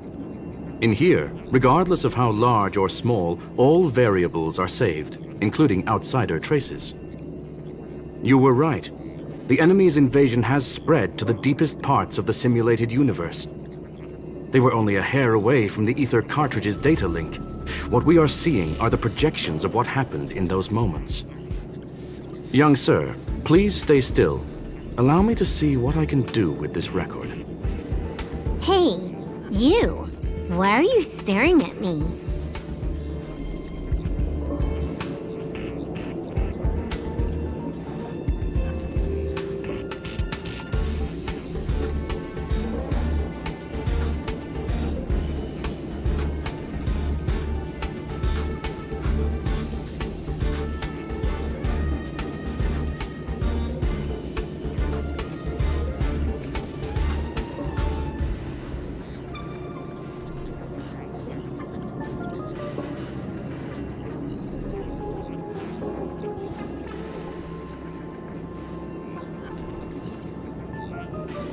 I initiated the simulation flow.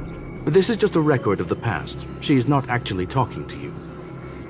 Please listen and don't interrupt her. We may be able to find out more of what we need to know. First off, I'm not obsessed with it. On Punklord, the stories of the cartridge are no different from textbooks. I'm not interested in something that everybody already knows about. Secondly, it's not some kind of video game cartridge. It's an Ether cartridge. It's the second pair of eyes, second brain, and second heart of the hacker. Do you understand what that actually means? With that cartridge, if a guy went to a movie premiere and bought some mixed popcorn, you'd be able to know the flavor of the fourth kernel he picked out of the bucket. It's truly amazing. Lastly, I'm gonna say it again. I'm not obsessed with it. The reason I'm still rambling about it is to make sure that you know how amazing it really is. Do you get it now, Kafka? Alright, let's get going. We have to move quickly. This place is different from the rest of the space station. We're on Genius Society turf. It is safe to assume that two people entered the simulated universe. Her and her companion. Interesting. Let's see what happened next. You are now taking the point of view of the companion. She will react to your behavior now.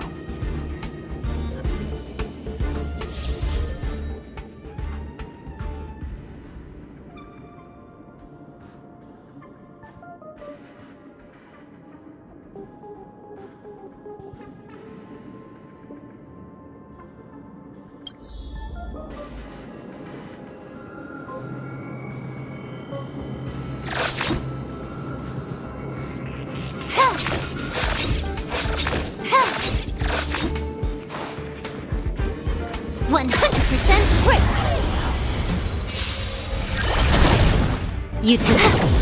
Relax.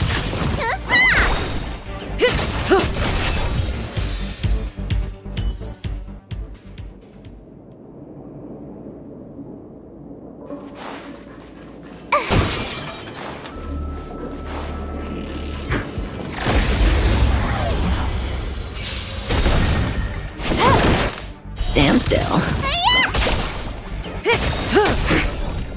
Time to say bye. Boom.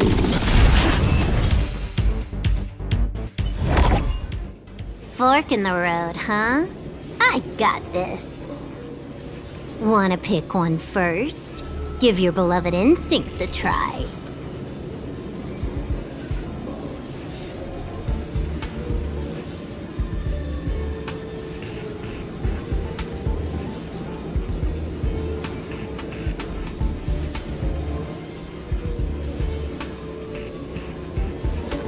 Yes, this is a visual record.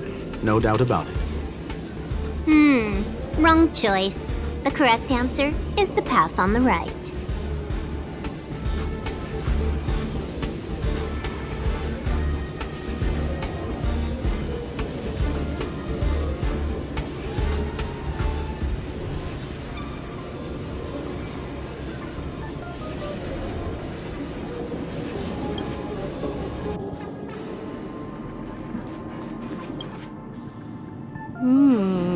Not what we're looking for. It's a bait signal. Ugh, why would Herta put something like this inside the simulated universe? Doesn't she find it annoying when she has to find something herself? Never mind, I miscalculated. Let's try another sector.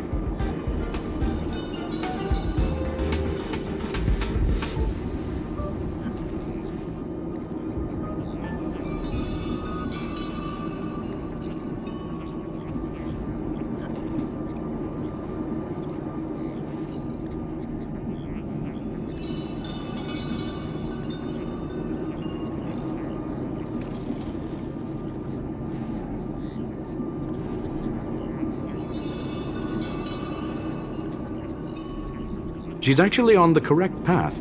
She just needs to continue a little further. I trust that she too will realize this soon.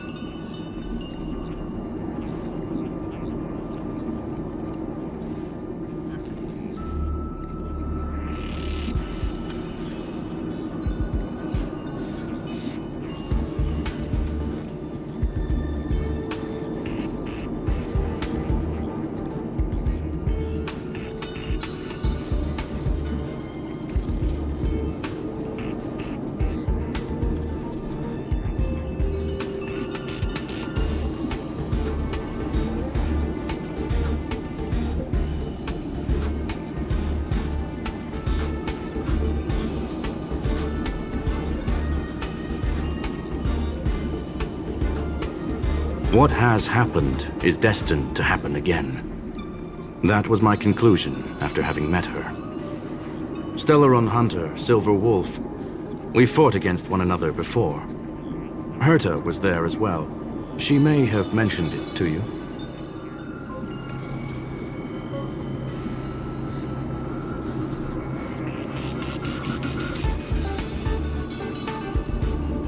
From my point of view, it wasn't a victory. It was more like a test than a duel. She would attack, and I would defend. Neither of us gave it our all. She wasn't able to break through my defenses, and I wasn't able to stop her from leaving. I never thought our next meeting would take place under these circumstances. I believe the continuation of our last encounter will soon arrive. What the? This was the right way all along. Ugh, Herta's got some psychological tactics going on. Seems like we can now continue forward.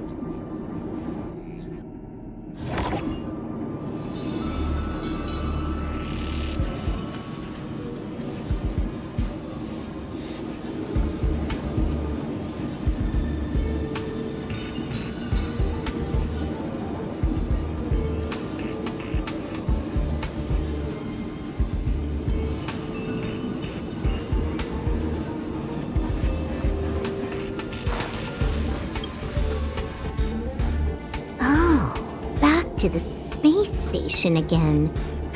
A riddle? Where's the skip button?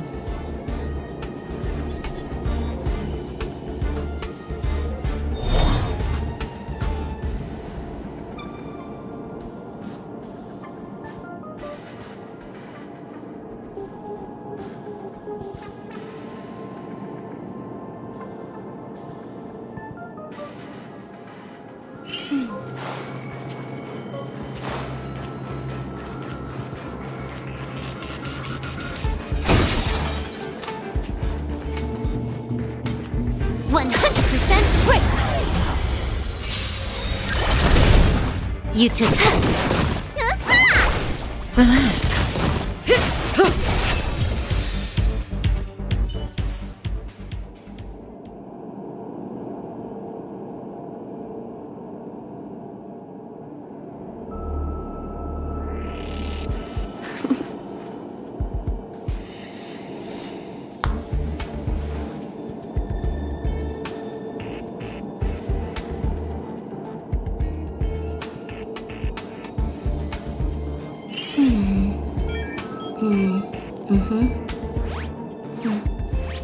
The server's still not open.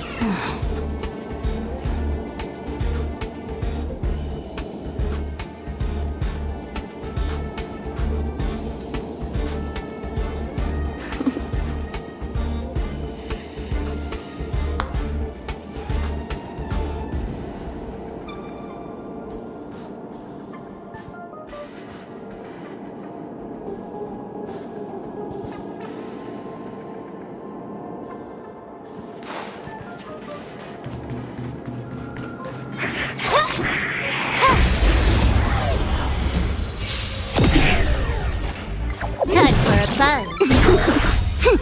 This is double speed. Stand still. Time to say bye. Boom.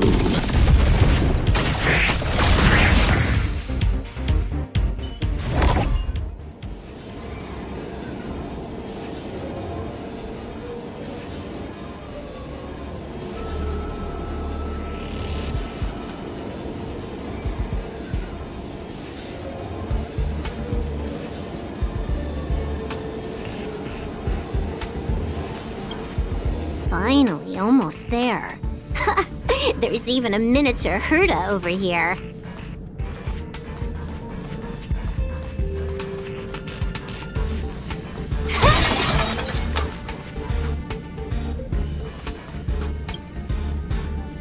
Eesh. A little narcissistic, isn't she? The whole space station is filled with her face. Portraits, statues, even projections of herself. I was planning on adding a mustache for her, but the spray didn't work. The entire space station feels like it's made of paper, but her portrait is near indestructible. She's talking about that portrait in the elevator room, no? Herta commissioned me to design an encryption tool for her. Seems she ended up using it on her portrait.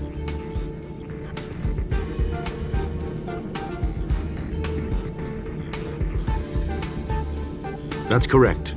The ether cartridge data is in the next room. Our pursuit is coming to an end.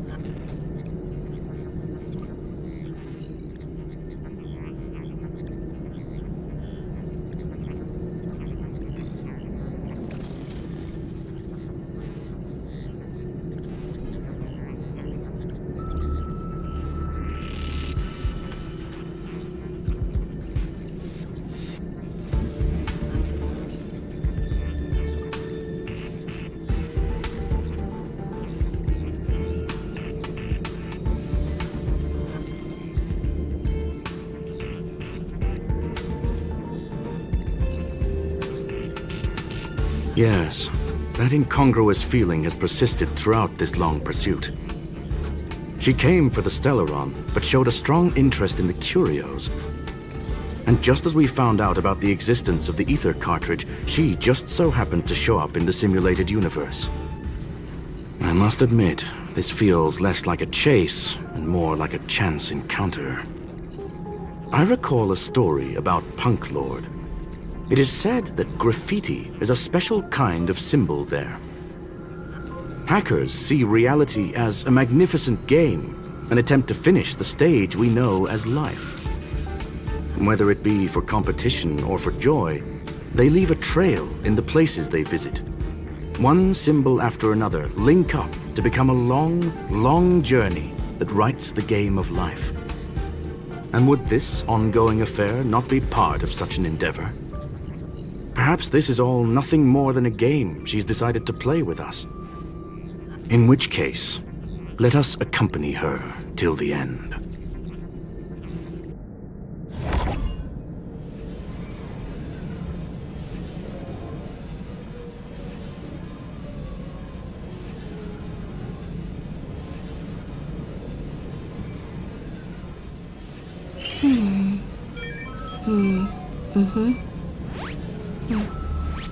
The server's still not open. Ugh.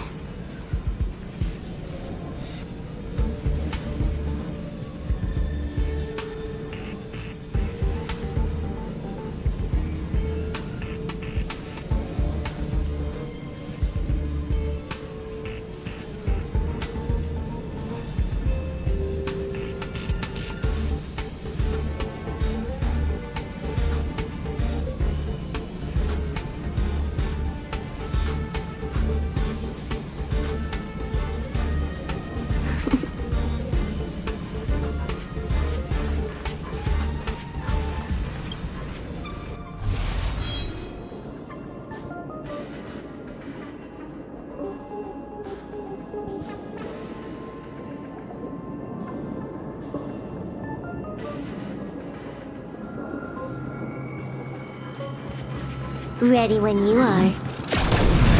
100% ready!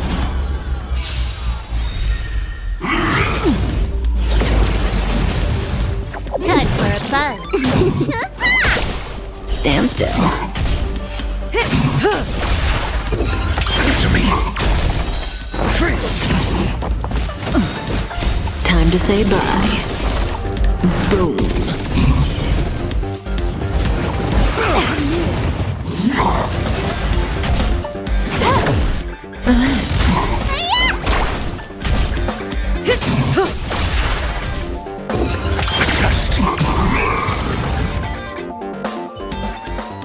Look, we found it. The ether cartridge is here, and it's perfectly intact.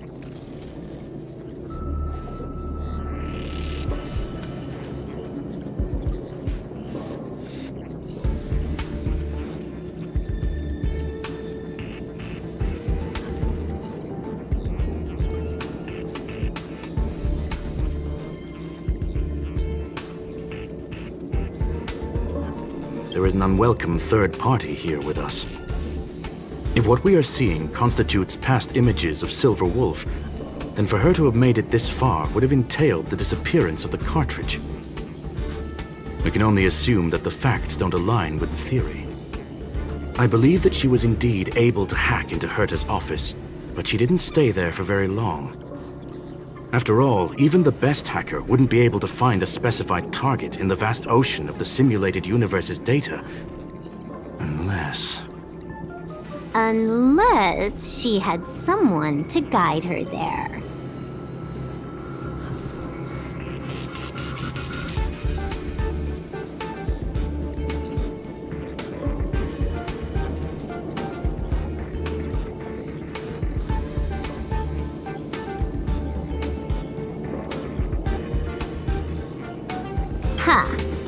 You want to explain it to him first? I can see the confusion in his eyes.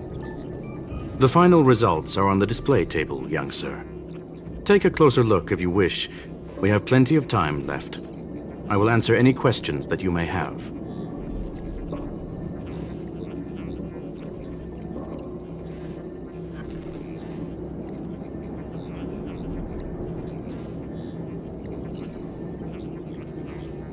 You've guessed correctly. The person that stands before you is tonight's starring role. She left herself a back door in the office, performed a proxy hack the moment you entered the simulated universe, and found a way to continue alongside us. I must say, she really is a masterful actor. Misdirection is always the most effective method. The graffiti is like a two-way data tunnel. You can use it to retrace the trail she leaves behind, and she can monitor your progress by seeing which pieces of graffiti have disappeared. I fear she may well have had the whole thing planned out before hacking the space station. The graffiti and the back door were all in aid of honing in on just the right moment.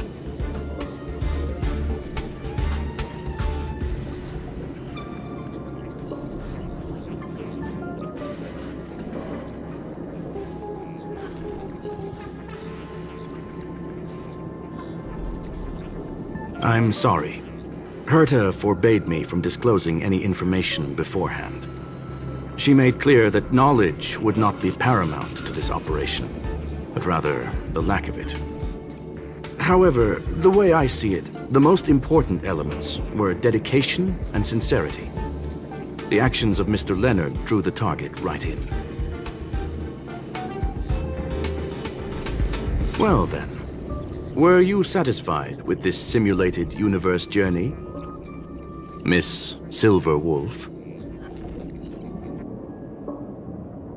Huh. You knew it all along, didn't you? I knew it would be hard to fool you. All that talk you were spouting along the way was meant for me, wasn't it? It is a joy and an honor to have the opportunity to face off against you once again. Herta said that this cartridge would be able to lure in the biggest fishes in the universe. She was right. So, the business about shutting down the universe and the argument with Herta was all just an act? You did all that to lure me in? That is up to you to interpret. Herta and I have always been frank with one another. Sharp conversations of that nature happen on a regular basis. It wouldn't be fitting to call it an act. Miss Silver Wolf is truly a talented hacker. Not only did she calculate everything ahead of time, she has numerous variables and aces still to play. News of my sudden visit to the space station was probably the only uncontrollable variable in her plan. And with my arrival came the nightmare of shutting down the simulated universe. That would have ruined her plans and all her preparations.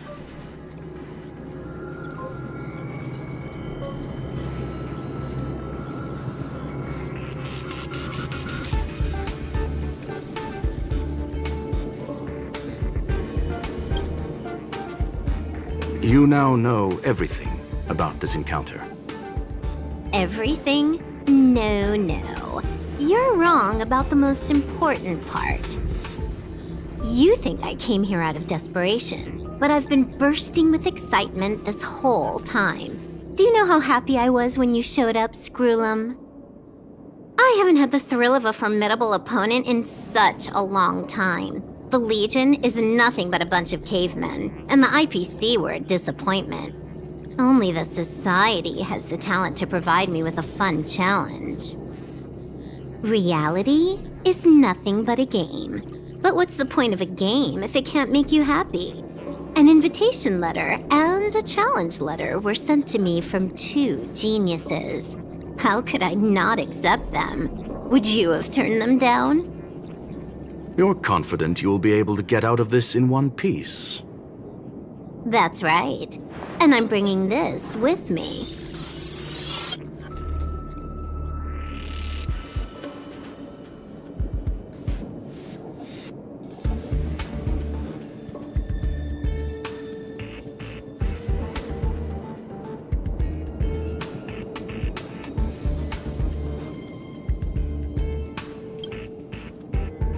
Oh, a copy. You completed it while we were talking just now. Why else would I entertain so much small talk? You're not the only one stalling for time. I'm guessing that Herta is hiding in a corner somewhere, trying to pull off a reverse hack from where I hacked in. You, on the other hand, are responsible for taking me head-on, just as you did last time. And I'm looking forward to it. How do you plan on stopping me this time? Are you going to turn the simulated universe into a black box? Or are you going to work with the IPC and put together a cross-galactic encirclement? Screwlum, will I be able to see your true strength this time? The long-awaited result will finally be determined. There will only be one victor today. Please, let me have some fun this time, okay? My apologies, Miss Silverwolf, but none of what you are hoping for will be happening today. You may leave now. Huh? Leave? But why? Aren't you trying to catch me? Don't you want to cuff me and exile me on some distant planet? Your creativity has proven interesting. However, I have nothing to do with your quarrel with the space station. Ergo, I won't stop you. I'm gonna leave with this cartridge, then. That's just a duplicate. Correction, not only is the one in your possession a duplicate, but so is the one here. The real curio was transferred elsewhere at the very beginning. Conclusion, you may share that data freely. What if I attack the space station again?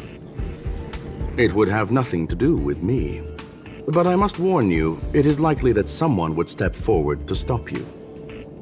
Then what if I were to destroy the simulated universe right now? I'm sorry, but that simply isn't possible. Ether editing isn't capable of destroying an entire universe. What is the point of this, then? You guys went out of your way to put together this trap, but don't plan on doing anything at all? That's right. This way, the game that you so carefully orchestrated is now pointless, is it not? There's no point in a game if it's no longer fun. Silver Wolf, I know what you're after. The IPC's shackles won't be able to hold you, and jail is but another game to you. Herta and I came to an understanding. We will no longer enable you and give you what you need. How boring. However, Herta felt that this would be too easy on you, and wanted to add something of her own. And that is why, in this very moment, she has reverse-hacked you and located all your interastral network accounts. A total of 76 accounts. A very impressive number. How would it be if the IPC were to freeze all of them, including all of your game records? What? Hey, hold on a minute. And she logged out. How hasty of her. Games are always fun in the eyes of a child, but to an adult, they are but one among many ways of solving a problem. It's about time we were on our way.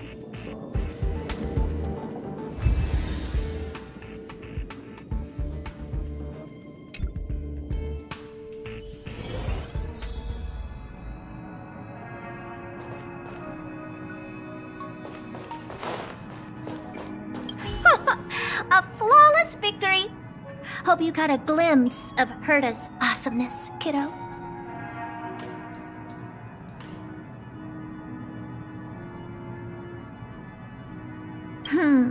Naturally. I couldn't care less about what happened with the space station, but I will surely repay the favor tenfold to anyone who dares to taunt me. I already notified someone at the IPC to freeze all her accounts. She's probably crying in front of her computer right now.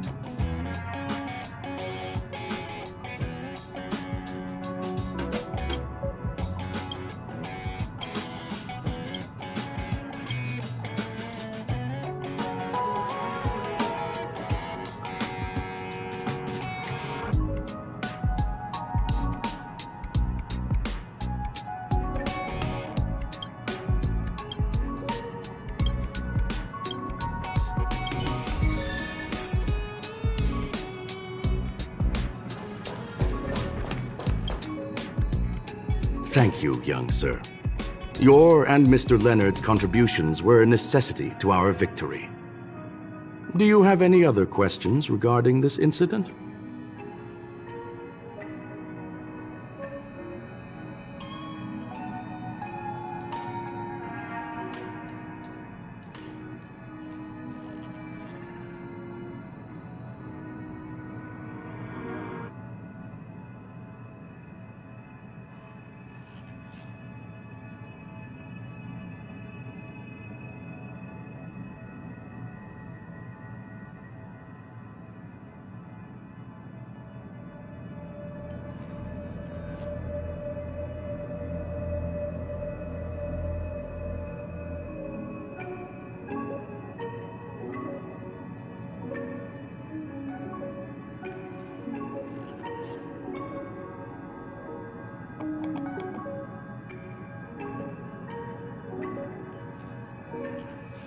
Her ultimate goal was always the ether cartridge, but she developed an alternative objective in challenging Herta and me in the process. All those complicated puzzles and unnecessary ploys. Nothing more than games, I'll wager.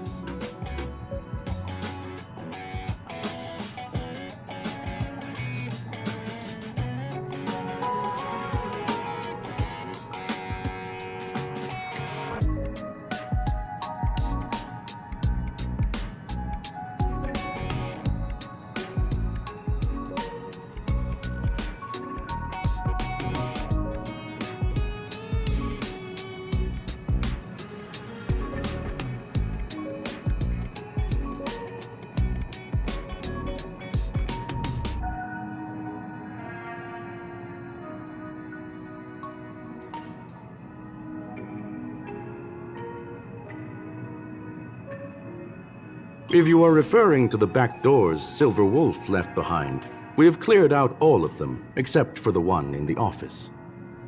Don't worry. The space station is not as fragile as you think. Whether it's cosmic warfare or the incident that just took place, they're all within Herta's grand plan.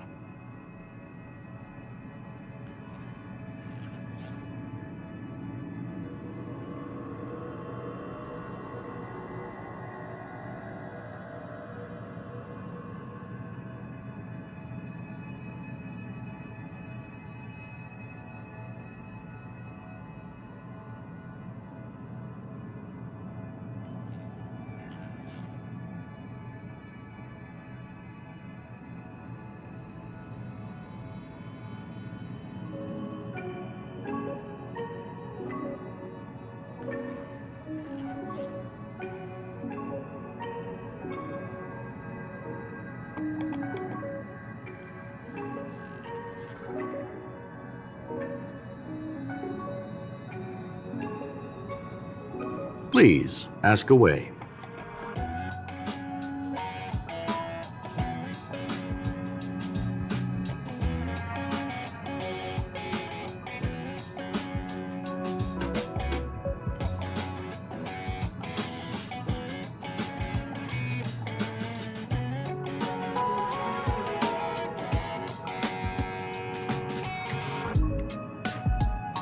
Certainly not. Although Madame Herta and I have our differences in terms of research direction, the simulated universe is our shared pursuit, and nothing will change that. On the contrary, I plan on staying here for a while to see up close what kind of surprises the new branch of the universe has in store for me.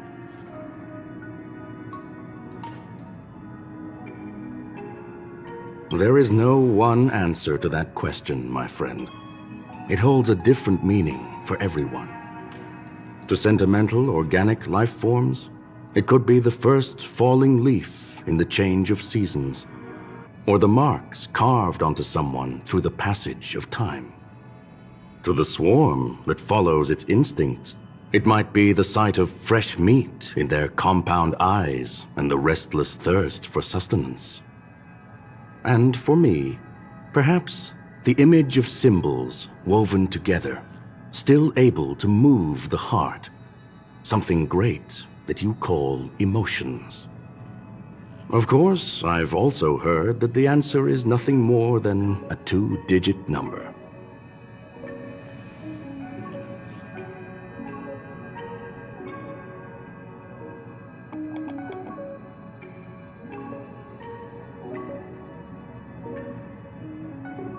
A medium-rare Catol steak, salt-baked Kalia lemongrass, Herman compound milk, and a portion of fried rice prepared by a certain young man on the station.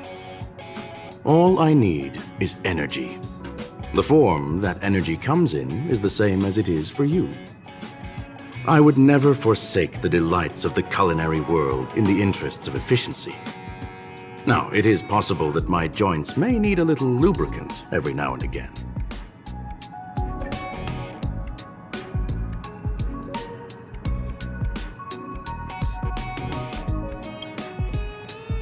Well, young sir, our destination may differ, but there are still countless opportunities for our paths to cross. The pursuit of knowledge will always be the best driving force for trailblazing.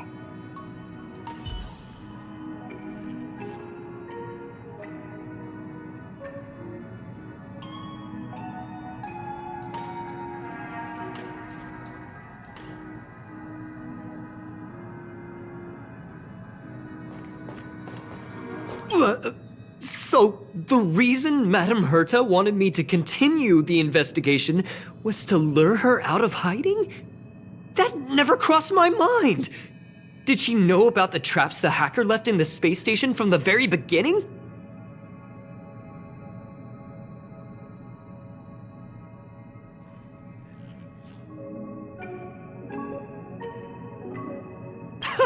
She said I did a good job! Can you believe it? I've just been acknowledged by Madame Herta! This is something I'll remember for the rest of my life. I don't have to worry about being fired anymore! This chapter has come to a conclusion.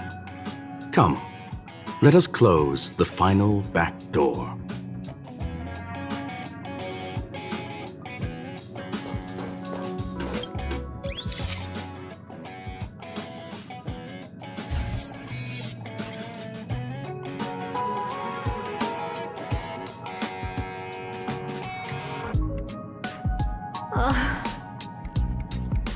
It's gone.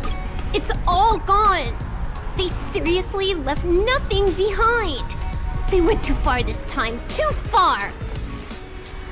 All right. Stop with the tantrum. You're not a kid anymore. I am not throwing a tantrum. Uh-huh. Anyway, what are you gonna do now, huh? Hack an IPC branch nearby and get your accounts back?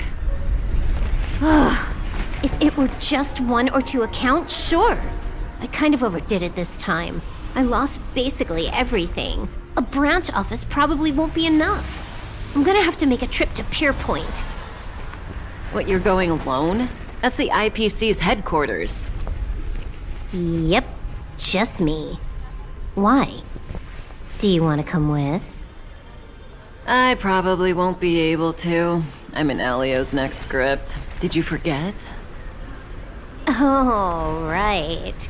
That story doesn't sound like it fits me. You guys have fun.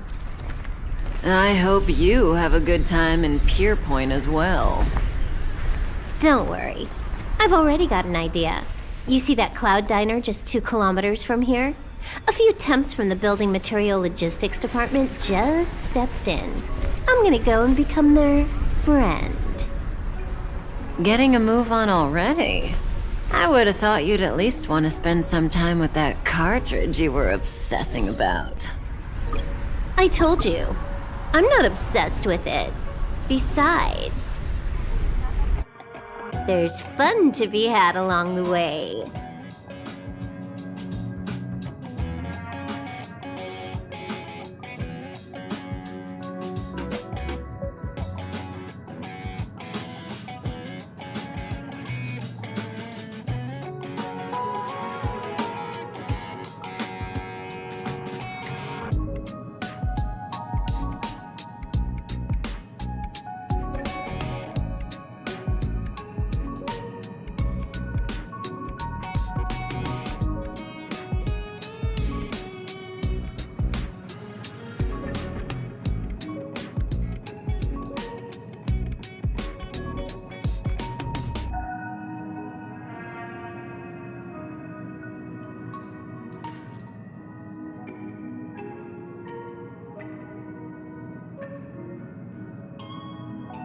A game is a game, and that's all there is to it.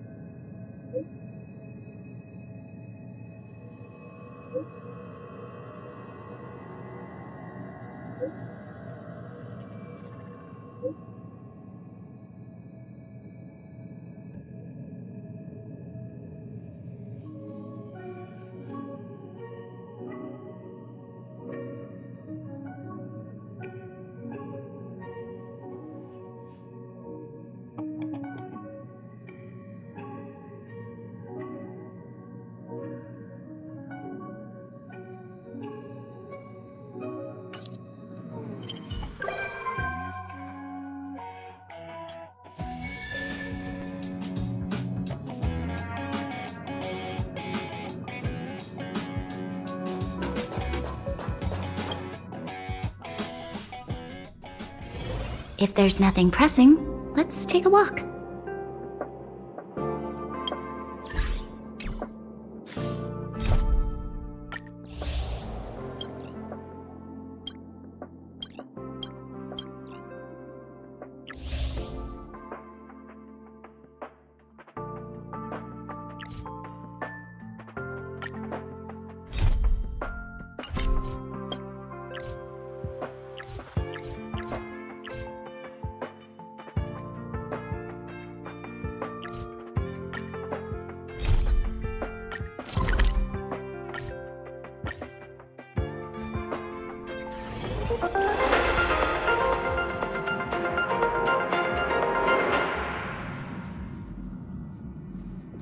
Welcome to the Interastral Peace broadcast.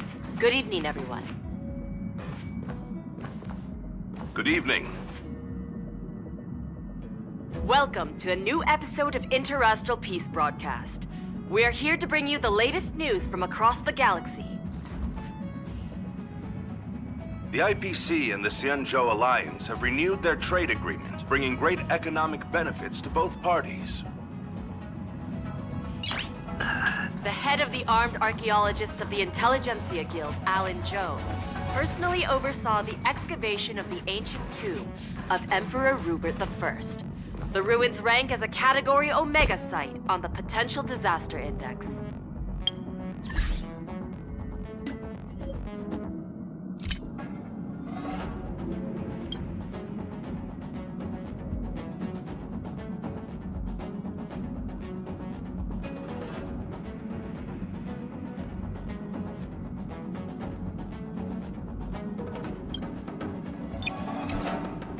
Robin has received an invitation to perform at Penacony's Charmony Festival.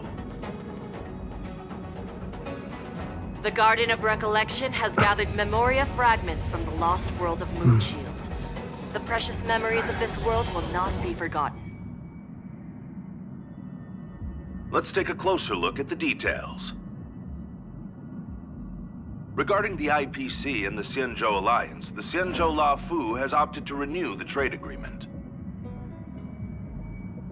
The agreement will help to open up markets and promote cooperation between the two sides in agriculture, industry, medicine, and culture, laying a solid foundation for a free, open, and prosperous business environment. At the signing of the agreement, friendly talks were held between Madame Yukong, Skyfaring Helmmaster of the La Fu, and a representative of the IPC's Marketing Development Department. The two sides reached a consensus on various issues, including the impact of interstellar security on the free market. The IPC also expressed their heartfelt concern for the La Fu regarding the recent invasion by the Antimatter Legion and sent their condolences to the victims. The IPC strongly condemns the barbaric atrocities committed by the Antimatter Legion and conveys the Amber Lord's wish for preservation to all worlds ravaged by that wretched force. Emperor Rupert I left many horrific relics across the universe, and one of them, the Mechanical Emperor Tomb, has captivated the interests of countless people since its discovery. The excavation of the tomb is led by the head of the Armed Archaeologists of the Intelligentsia Guild, Alan Drake One-Armed Jones, with assistance from Genius Society member Screwlum. It is hoped that the excavation of this metallic relic, which holds a Category Omega ranking on the Potential Disaster Index, will finally shed a light on its mysterious nature. According to records of the Emperor's deeds left behind by the Inorganic Legion, the original purpose of the site was to house the inventions inspired by the imagination of Rupert I. A spokesperson for the Intelligentsia Guild said, "We have no way of knowing what amazing discoveries Jones will uncover, but we are hopeful that his findings will further our understanding of the Emperor and help save the universe from the horrors that he will bring with him when he returns." The Interastral Peace broadcast will be covering this story throughout the excavation. Nice. Penacony, the planet of festivities, announced that it will invite renowned singer Robin to perform at the Charmony Festival. Once every Amber Era, countless followers of the Harmony will attend this long-held tradition of the planet of festivities, and together pray for a brighter and better future for the universe. Robin is a superstar whose voice is known throughout the cosmos. She has been the recipient of many top awards. It is believed that during the celebrations, Robin will sing a hymn for the Eon of the Harmony in the name of the family. The IPC will broadcast the entire event, sending the sounds of music and good wishes to worlds far and wide. Nice. As we all know, the Garden of Recollection has always been committed to the restoration of lost civilizations, igniting the spark of revival across the cosmos. According to reliable sources, thanks to the efforts of the Memo Keepers, all Memoria fragments of the dead world of Moonshield have been salvaged. Moonshield was destroyed during an invasion by the Antimatter Legion, but with the combined efforts of the IPC and the Garden of Remembrance, the collection of information about the fallen world was recently declared a success. The Memo Keepers planned for it to be reborn in the pristine land of the Remembrance. The destruction can destroy any material thing, but it can never take away our hope. The IPC will provide whatever support and protection within its means for the long-term development of all civilizations across the universe, including those that have perished. And this is the end of our broadcast. Please tune in for our next episode. Thank you for listening. Thank you.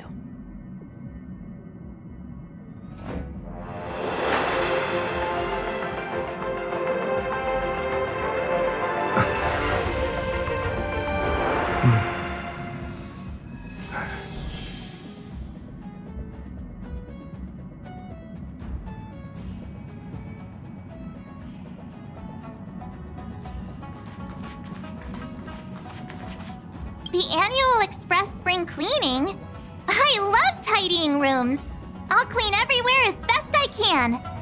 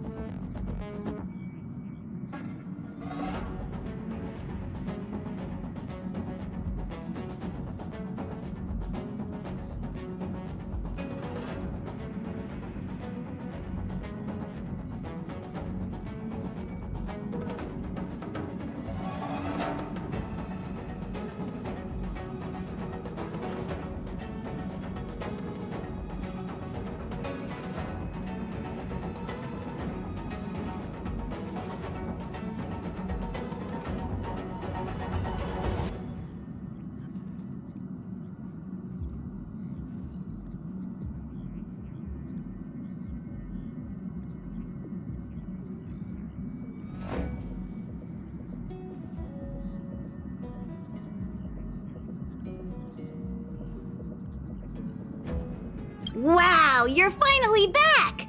And just in time for the Express's grand spring cleaning. Have you ever heard of a Washtopia? It's a place where space vehicles can stop to rest. There are plenty of them throughout the universe. They're close enough together that you can travel between them without even activating carrying a warp device.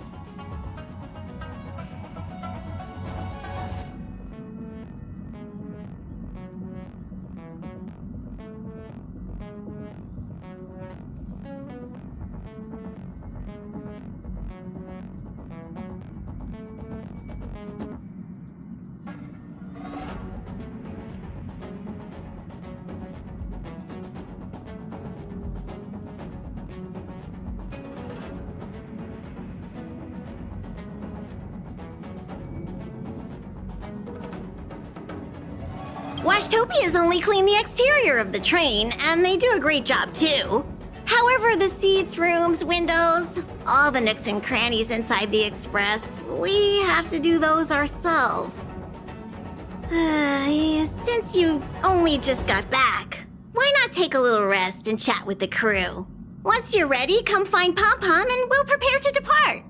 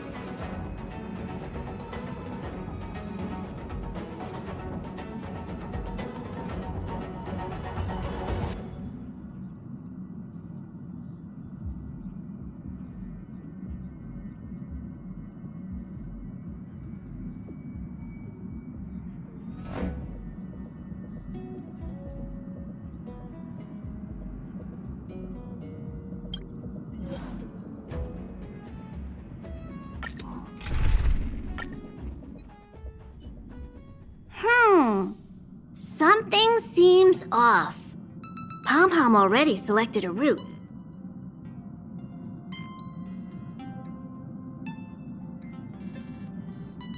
We've seemingly gone off course. Strange. Pom Pom's navigation is always precise. Stay vigilant. There might be a magnetic field nearby interfering with the Express's navigation system. Let's take a look in the control room. So,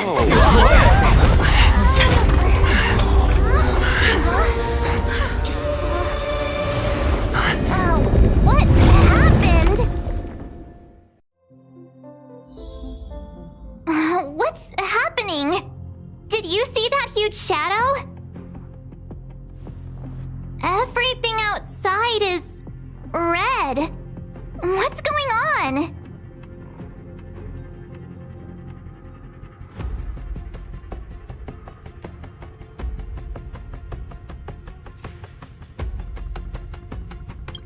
You really expect me to know the answer to that?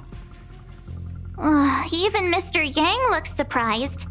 That's not something you see every day. March. The Express encountered an obstruction. The disturbance triggered a chain reaction. The Express was struck from behind by another vessel.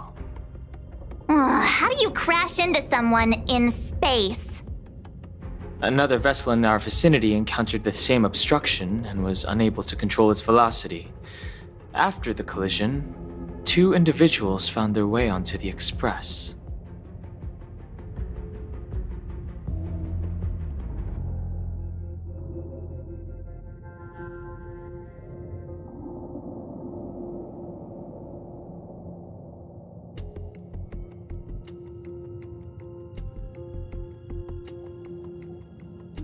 It doesn't seem like it. Compensation? They hit us! Well, if they're here to stir up trouble, I'll teach them a lesson. Let's go check it out.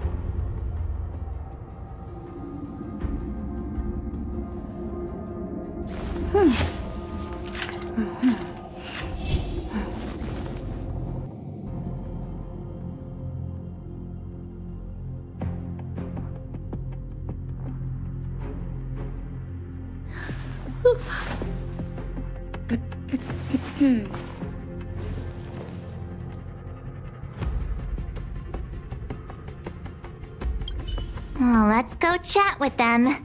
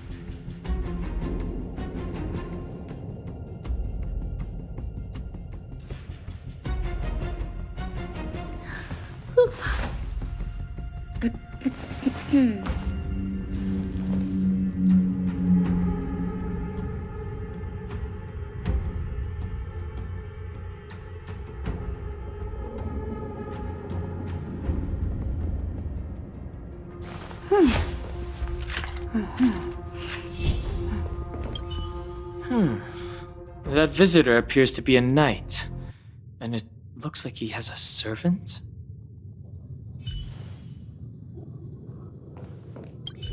The Astral Express seems fine, but a collision like this in space is a little unusual. Even for me, it's a first.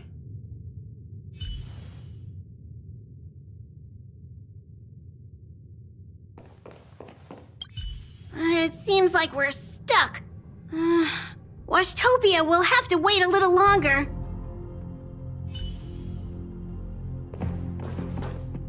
What a fascinating encounter. There's nothing more captivating than an unpredictable future. Let's see what unfolds next.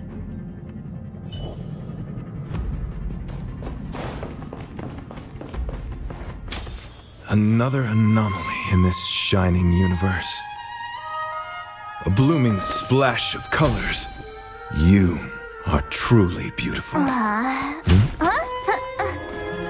lady? I offer a sincere compliment. You're akin to a flower in winter. Oh? Another beautiful soul. Allow me to introduce myself. I am Argenti. I belong to the Knights of Beauty.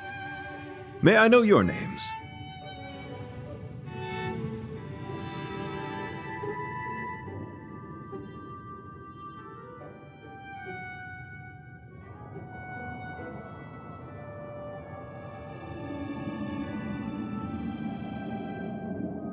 Cat got your tongue?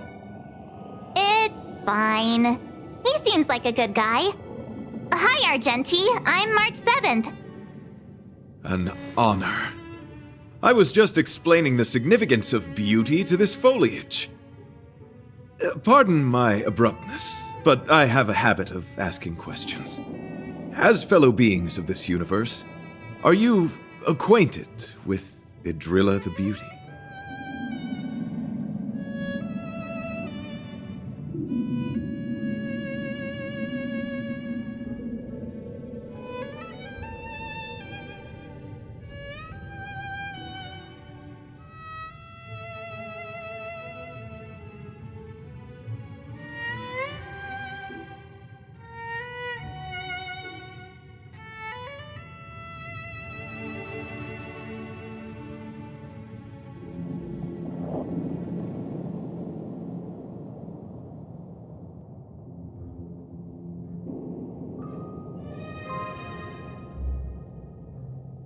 Yes, though not exclusively. Just as I extol the beauty in this foliage, what I anticipate is an encounter, a collision and exchange of minds and philosophies.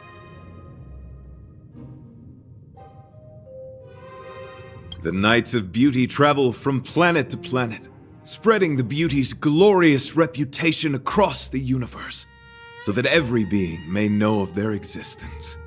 We strictly adhere to the commandments of our faith, tempering our physical forms and upholding our honor.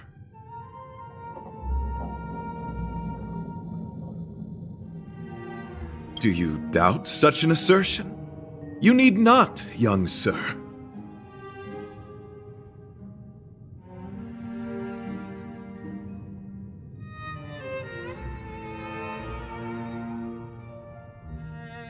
Both my words and actions come from the bottom of my heart. You are indeed beautiful, like flowers blooming in the morning sun.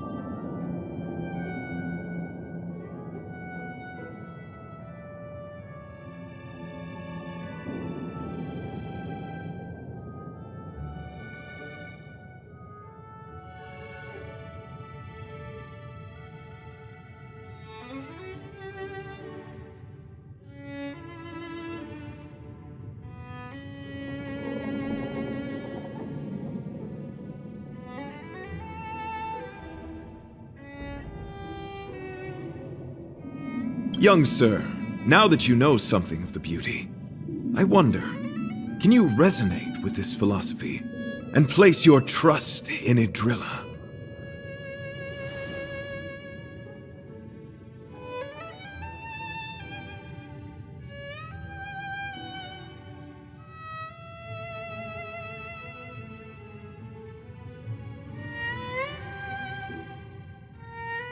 You sound confused.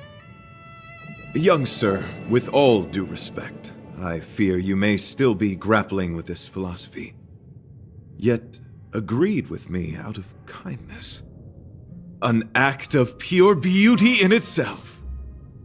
I cherish different ideas, but judging from this situation, since you do not understand the beauty, I will have to show you in a way that only a knight can. I earnestly request a chivalrous contest with you. Should I be fortunate enough to triumph, I ask you to acknowledge Idrilla the Beauty as the most peerless beauty of all.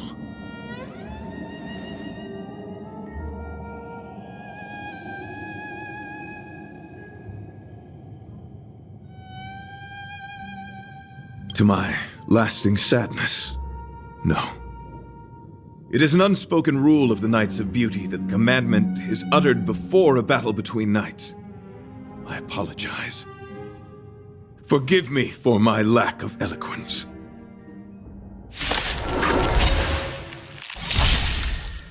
Why are you fighting? Communicating with others can be a most difficult endeavor. It is through action alone that we can convey our intent faithfully. May you understand the Your assistance is timely. To the challenge. Answer me. SAS Perkibi.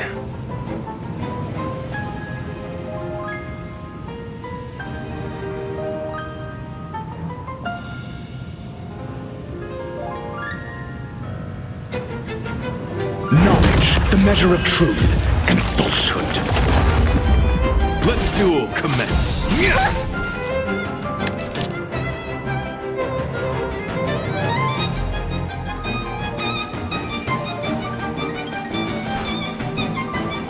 Lend me your strength.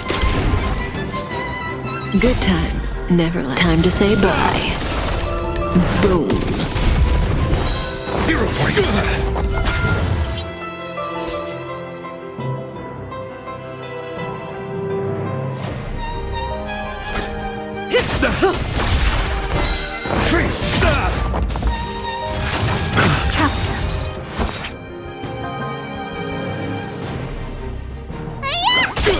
Stand still. Your answers? Pledge thy loyalty. We've entered the storm. To guard and defend! Crush them!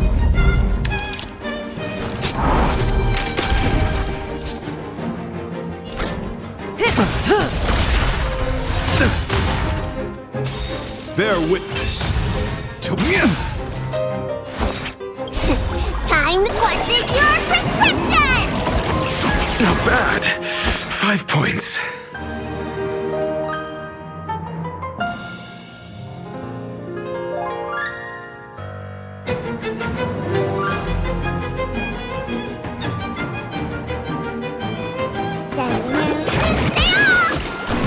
I'm asking questions.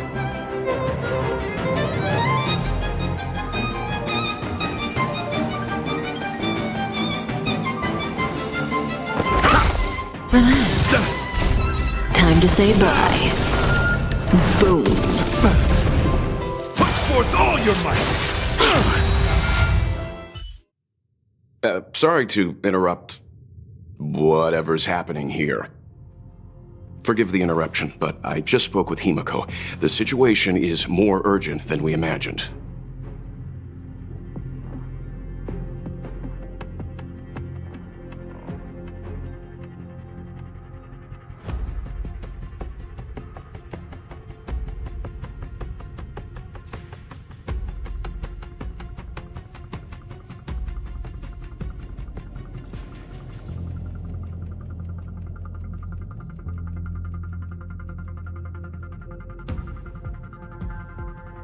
Take it easy. There'll be plenty of time to fight later.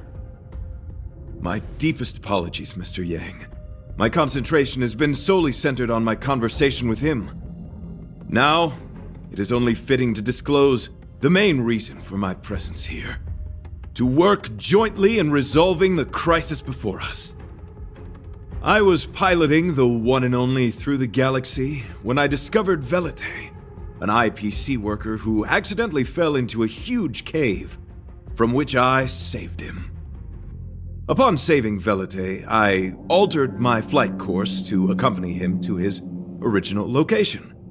Consequently, I inadvertently ended up on the Express's navigational trajectory.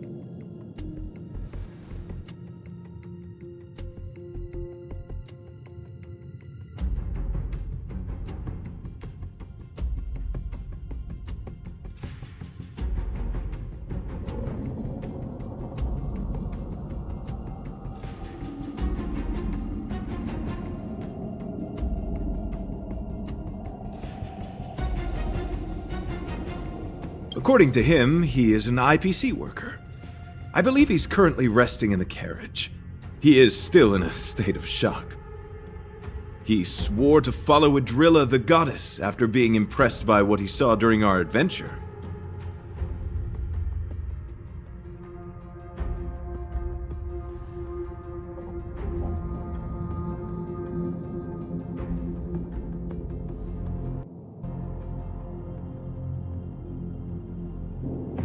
Thank you for coming. It'll be a first for the Express to work alongside the Knights of Beauty.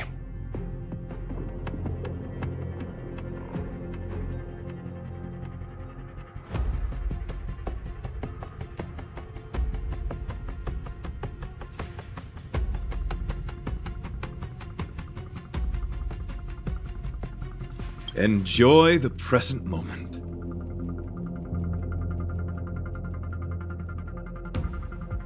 Continue to enjoy the present moment.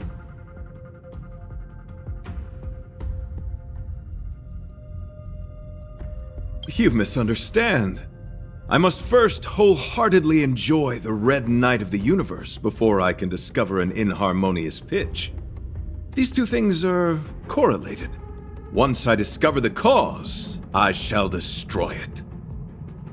Well, try not to take too long. Things could deteriorate at any moment. Could you please go check on Velite? He looks uneasy.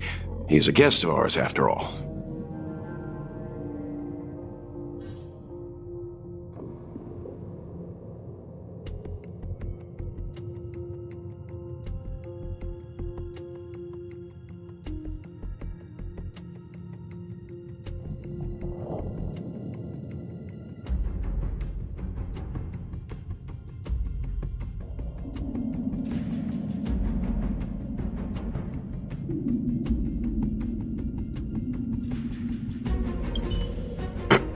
Could you please go check on Velite?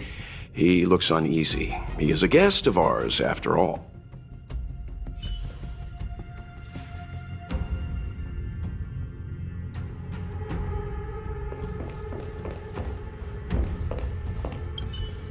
Young sir, may I help you? I am currently enjoying the present moment.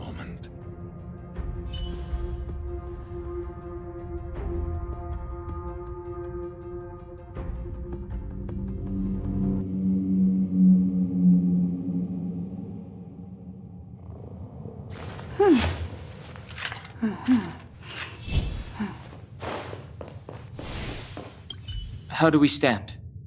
Is there a way to resolve this situation?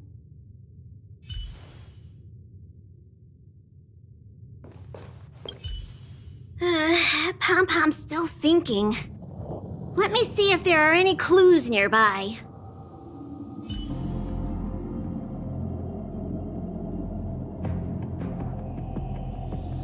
What a fascinating encounter. There's nothing more captivating than an unpredictable future. Let's see what unfolds next.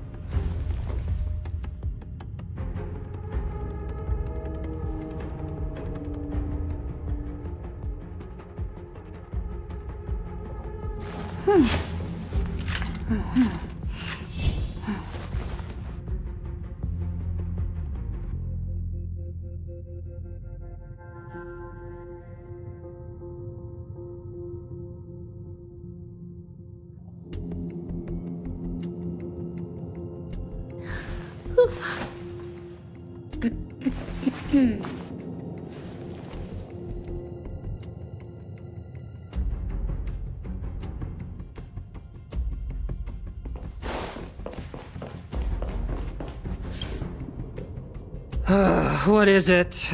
Here to cheer me up? Save your breath. Your intentions might as well be written on your forehead. I'm just a small-time IPC worker that Argenti rescued me. I don't know anything, and I can't help you guys. I want to go home and have dinner.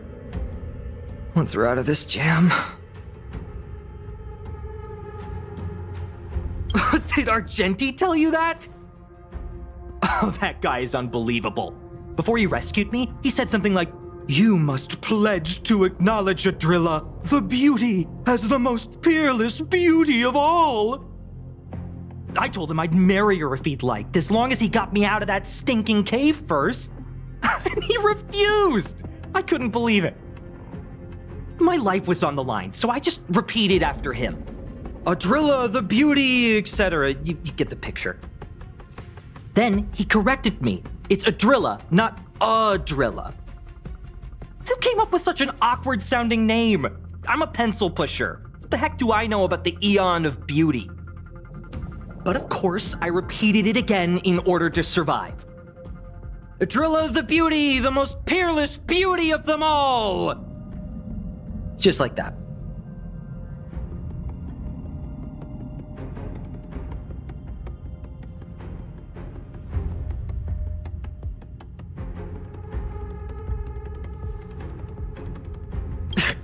Do you think I like being negative? My friend, this is what's known as falling prey to the grim reality of life. Understand? When I was young, I assumed my life would be like a novel. I wanted to be a pilot, flying through outer space, exploring the universe in a grand spaceship. But then my parents told me I'd have to work for the IPC and make a bunch of money to fulfill my dreams.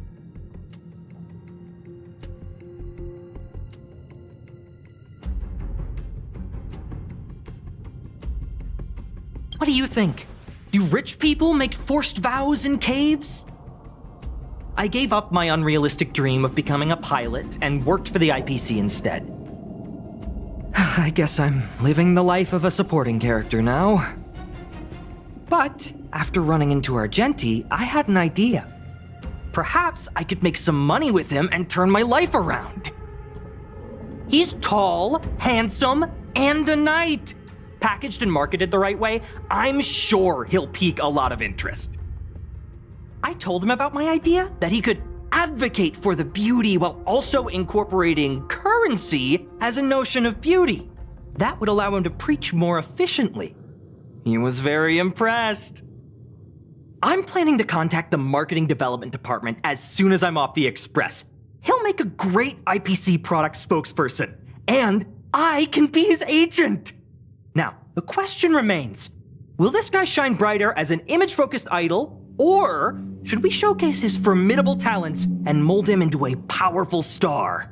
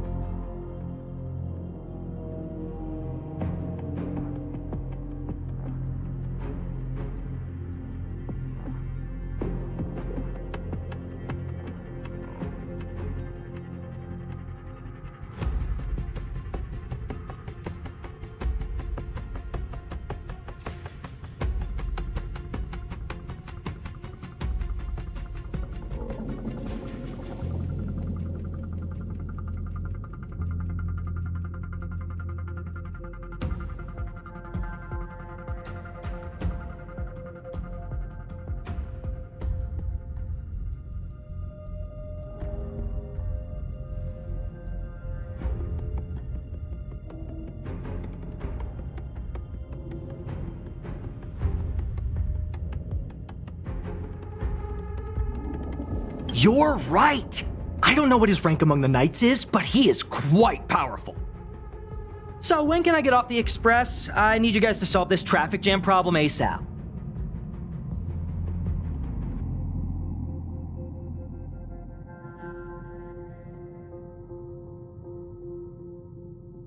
Were you even listening to me? All right, I have nowhere else to be. Let's go. Huh? What was that sound? Did someone scream?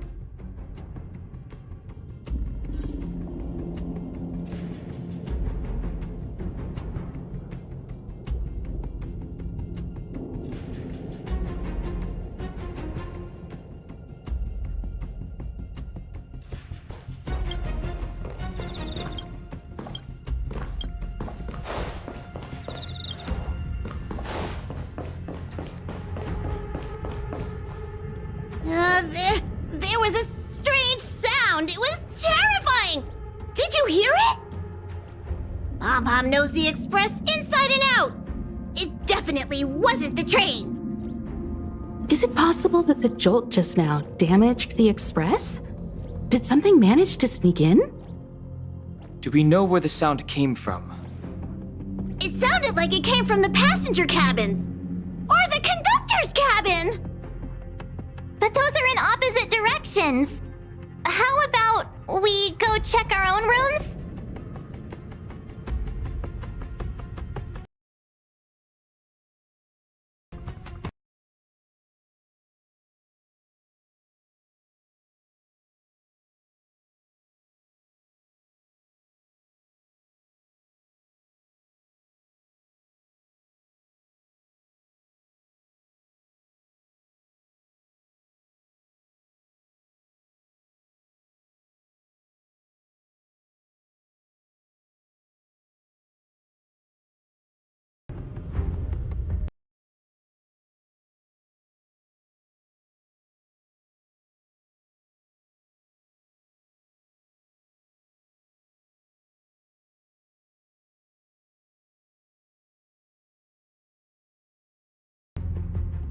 Hey, don't scare me!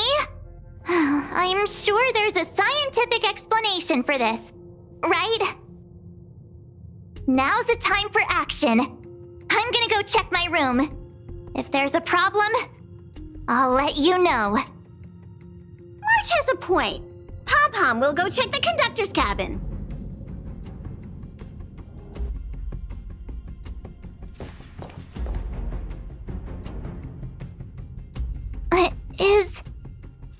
Is that me?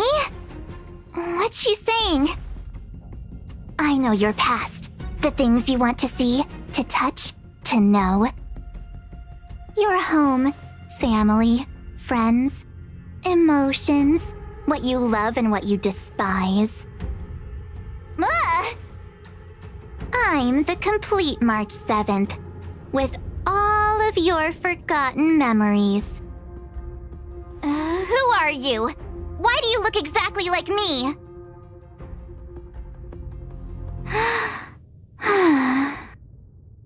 Why did you stop talking? Oh, what kind of creepy... March, can you hear me? Huh? My phone. Himeko, there's something really weird happening. I know. March, get out of there right now. But...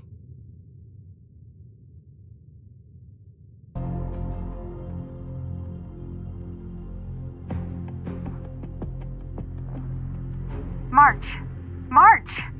Please reply. Have you left the room? Did something happen to March? Not good. I need you and Don Hung to check on March. I'll accompany you. Velite, you too. What? Alright, if things get dangerous, I'll hide behind you.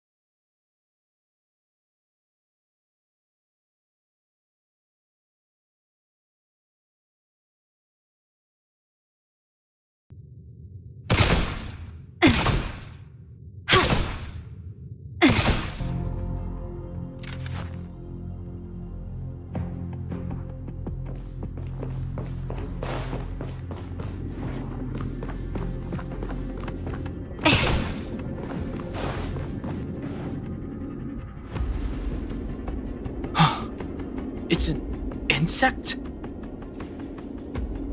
Ugliness. The inharmonious pitch has surfaced. Honor compels us to vanquish this dissonance.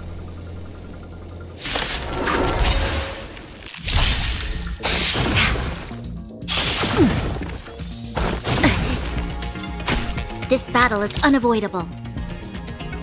Lend me your strength. Test. Relax.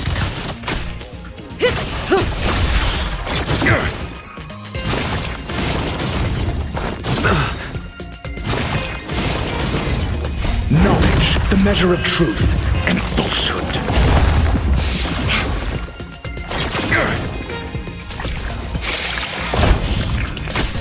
Lend me your strength. To guard and defend. Crush them. Time to say bye. Boom.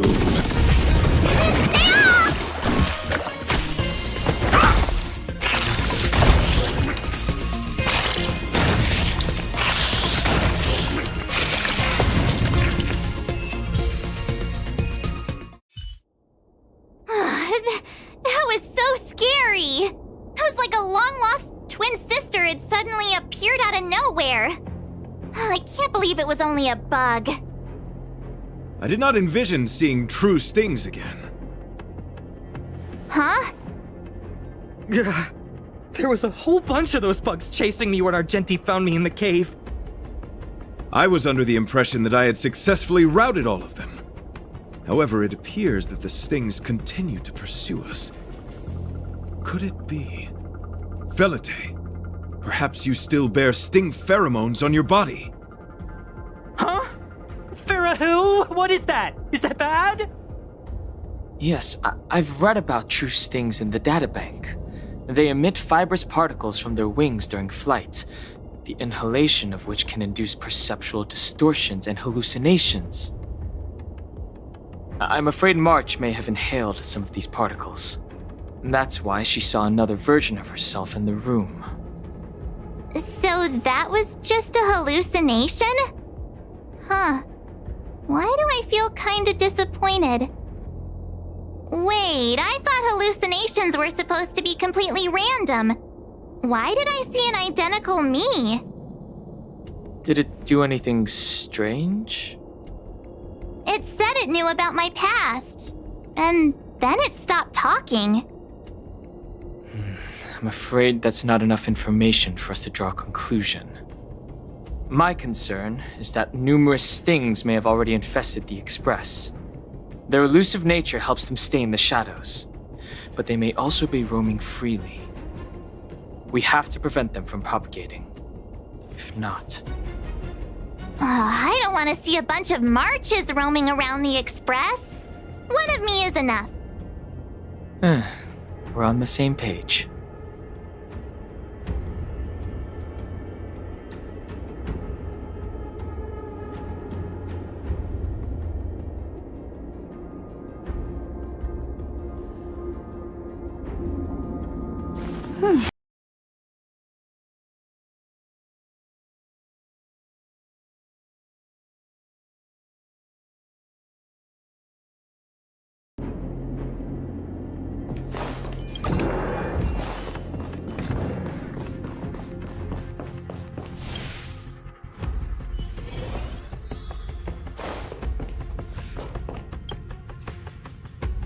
This isn't good.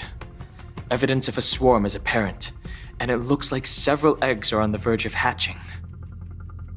They're embryos for now, but their transformation into larvae could be imminent, and their growth may exceed our initial estimates.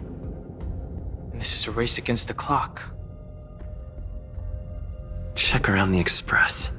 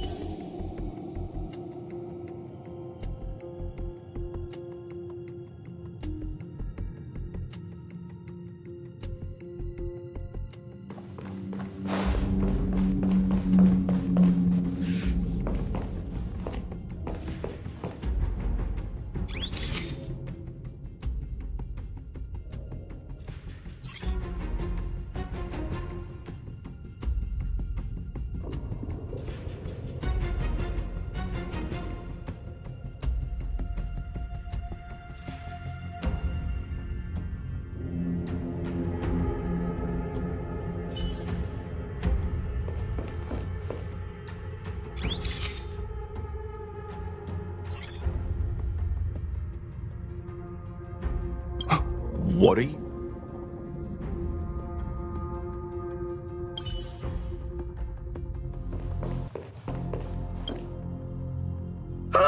More eggs! This thing's propagated on the Express! Are there eggs in my shoes? The clock is ticking!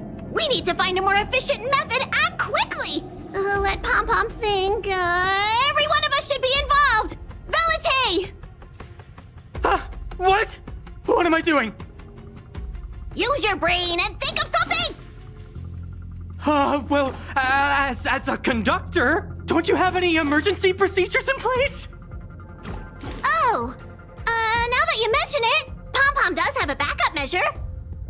We'll need... This mobile express cleaner should come in handy. I was planning to use it to sweep the express's ceiling during spring cleaning. It's got a nifty wide-angle lens on it.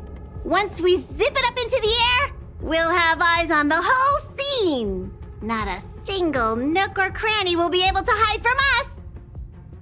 I mean, I know this isn't what it's meant for, but we have no other choice. If you think you can do this, I'll start piloting. Watch carefully. I'll be cleaning out the nooks and crannies as we go. All right, let's do this. Where do you want to check first?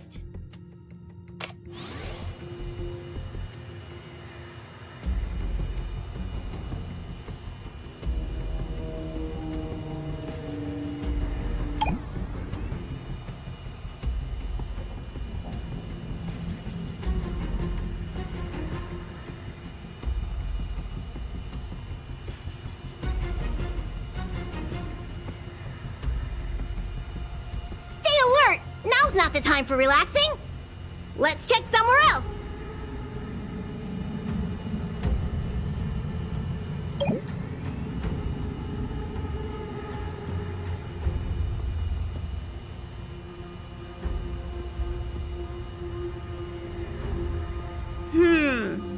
Nothing out of place here.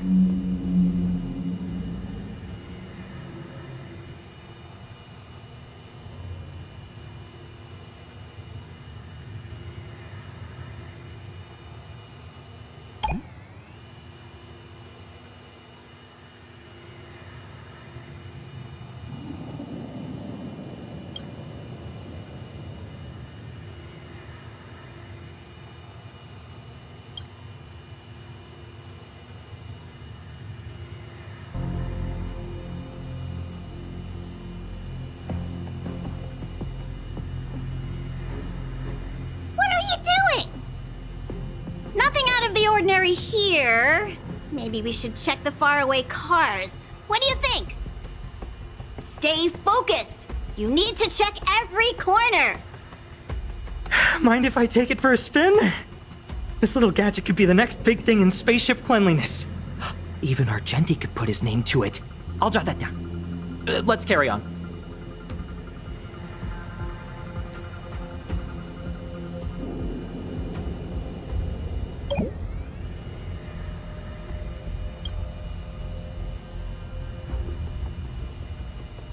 You still awake?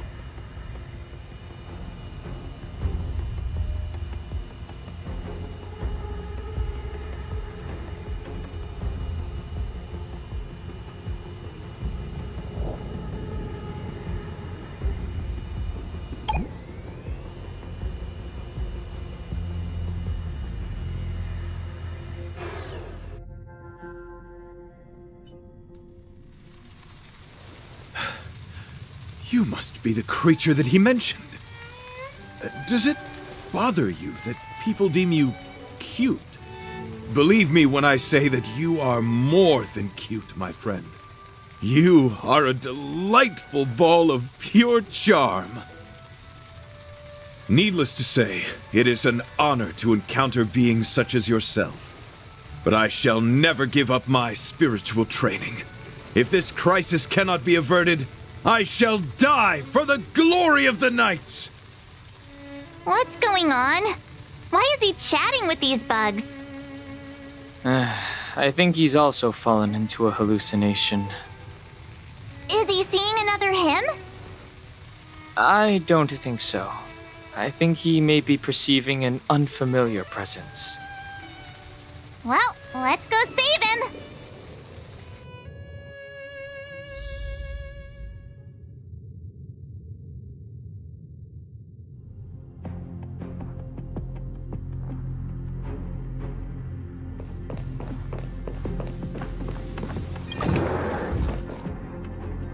Beautiful beings! Are you disciples? He looks beyond saving. He could be in considerable danger. Let's proceed.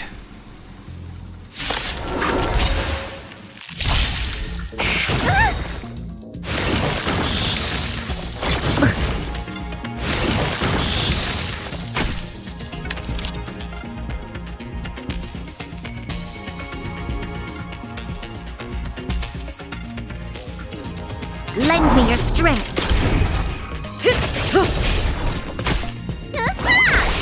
Stand still. Test.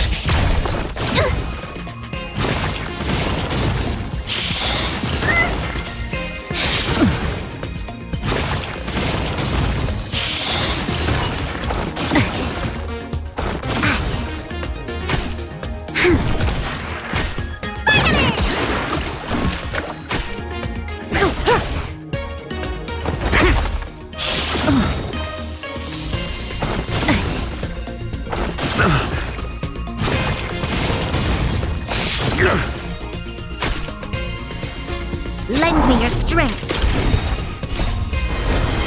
To guard and defend. Crush them. Answer me. Knowledge, the measure of truth and falsehood.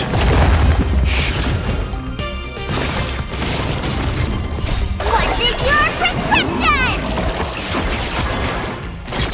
Troublesome. 0 points. Time to say bye. Boom.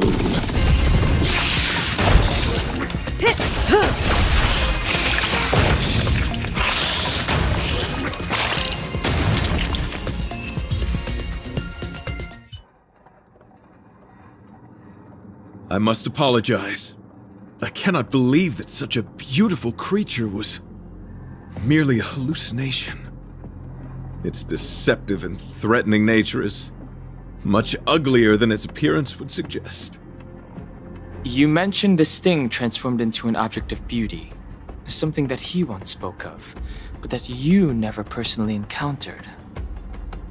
Yes, it was something he mentioned that I wanted to see in person. I see.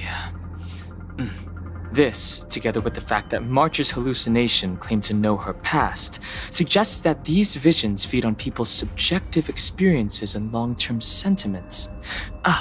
In order to take the form of what they personally desire. So, in Argenti's eyes, wubbaboos are a thing of beauty. But my past isn't something I'm constantly thinking about. I have plenty of other dreams. That's not how it works. The desire to know your past embodies purity itself, a thing of immense value.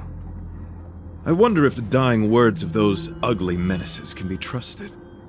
As the saying goes, even an insect speaks kind words when death is near. Are you implying that the insect imparted you with a message prior to its demise? Correct. Its final words were, "Celebrate this superficial victory, for you will never be able to acknowledge the existence of the Overlord." Let's ignore the fact that you understand insect speak for now. That sentence... Wait! I think I understand. When reading through the chronicles of interdimensional insects in the databank, I came across a species that had only been described in records. Due to the lack of research samples, the author gave it a tentative name: Giant Sting. This species can reach tremendous proportions and is big enough to swallow an entire star knot. I believe the Overlord Argenti mentioned could be referring to this colossal being. And I think I understand. We are in the belly of the beast. Yes, that's my theory.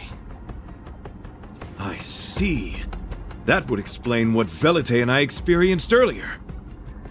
What do you mean?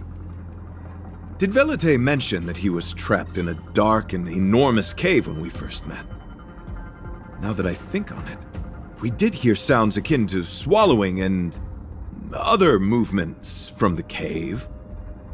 Yes, and your flight path happened to intersect with the Express's star rail, meaning we might have encountered the very same giant sting. Now, we need to see if we can prove the theory correct. Oh, what is that? It looks like our theory has already been confirmed. Let's talk to Mr. Yang.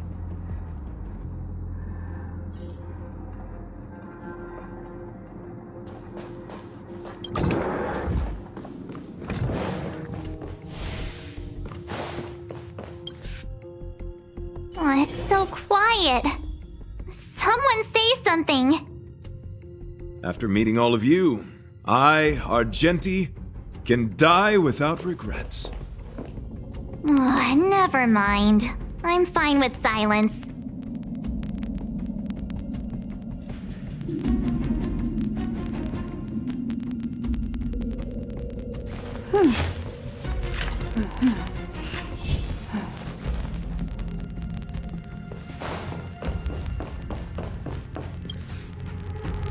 How's it going? Has there been any progress? Let me explain the situation.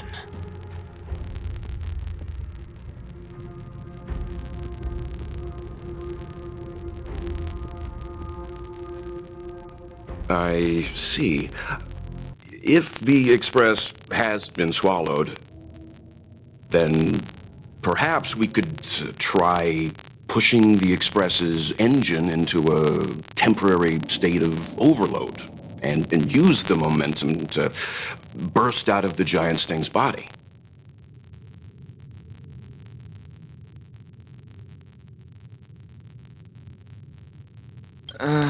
Warp jumping requires a lot of preparation, and it might alert the swarm. It would be risky. The engine might overheat and burst into flames. Still, I don't have any better ideas. I am not fond of this idea. Could it fail? In a word, Yes. The outer components of the Express may well be melting in gastric acid as we speak. It would seem our enormous, hideous enemy is right outside. Oh, no! So my teddy bears and bunnies are gonna be liquefied by stomach acid? I've had them for ages! I need to find a way to save them! Let's stay calm. I need some time to check the engine with Himiko.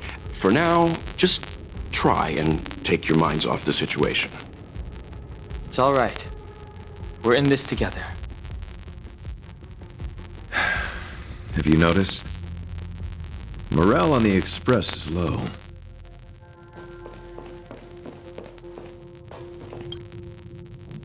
The Express is melting? How is this even possible? I've been swallowed by a cave twice now. Is this my destiny?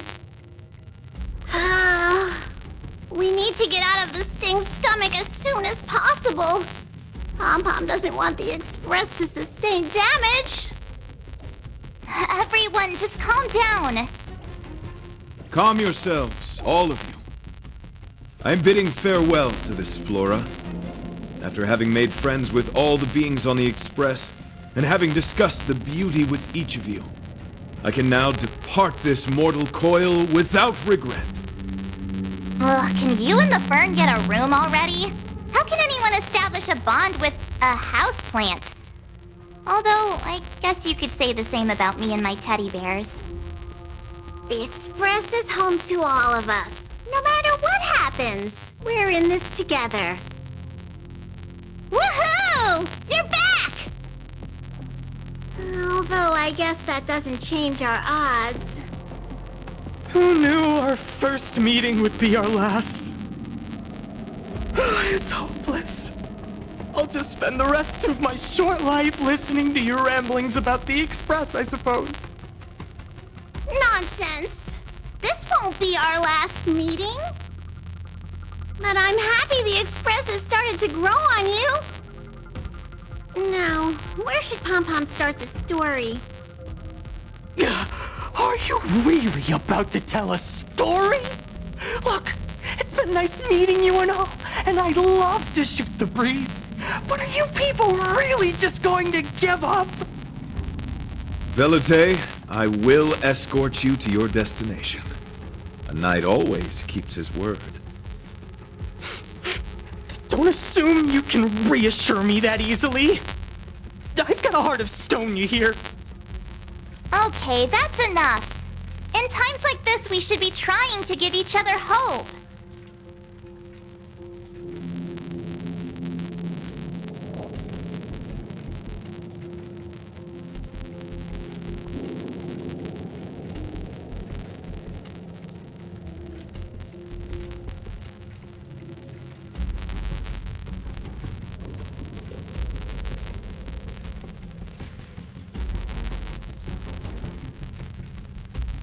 No! The Express is strong. I'm sure we can think of something.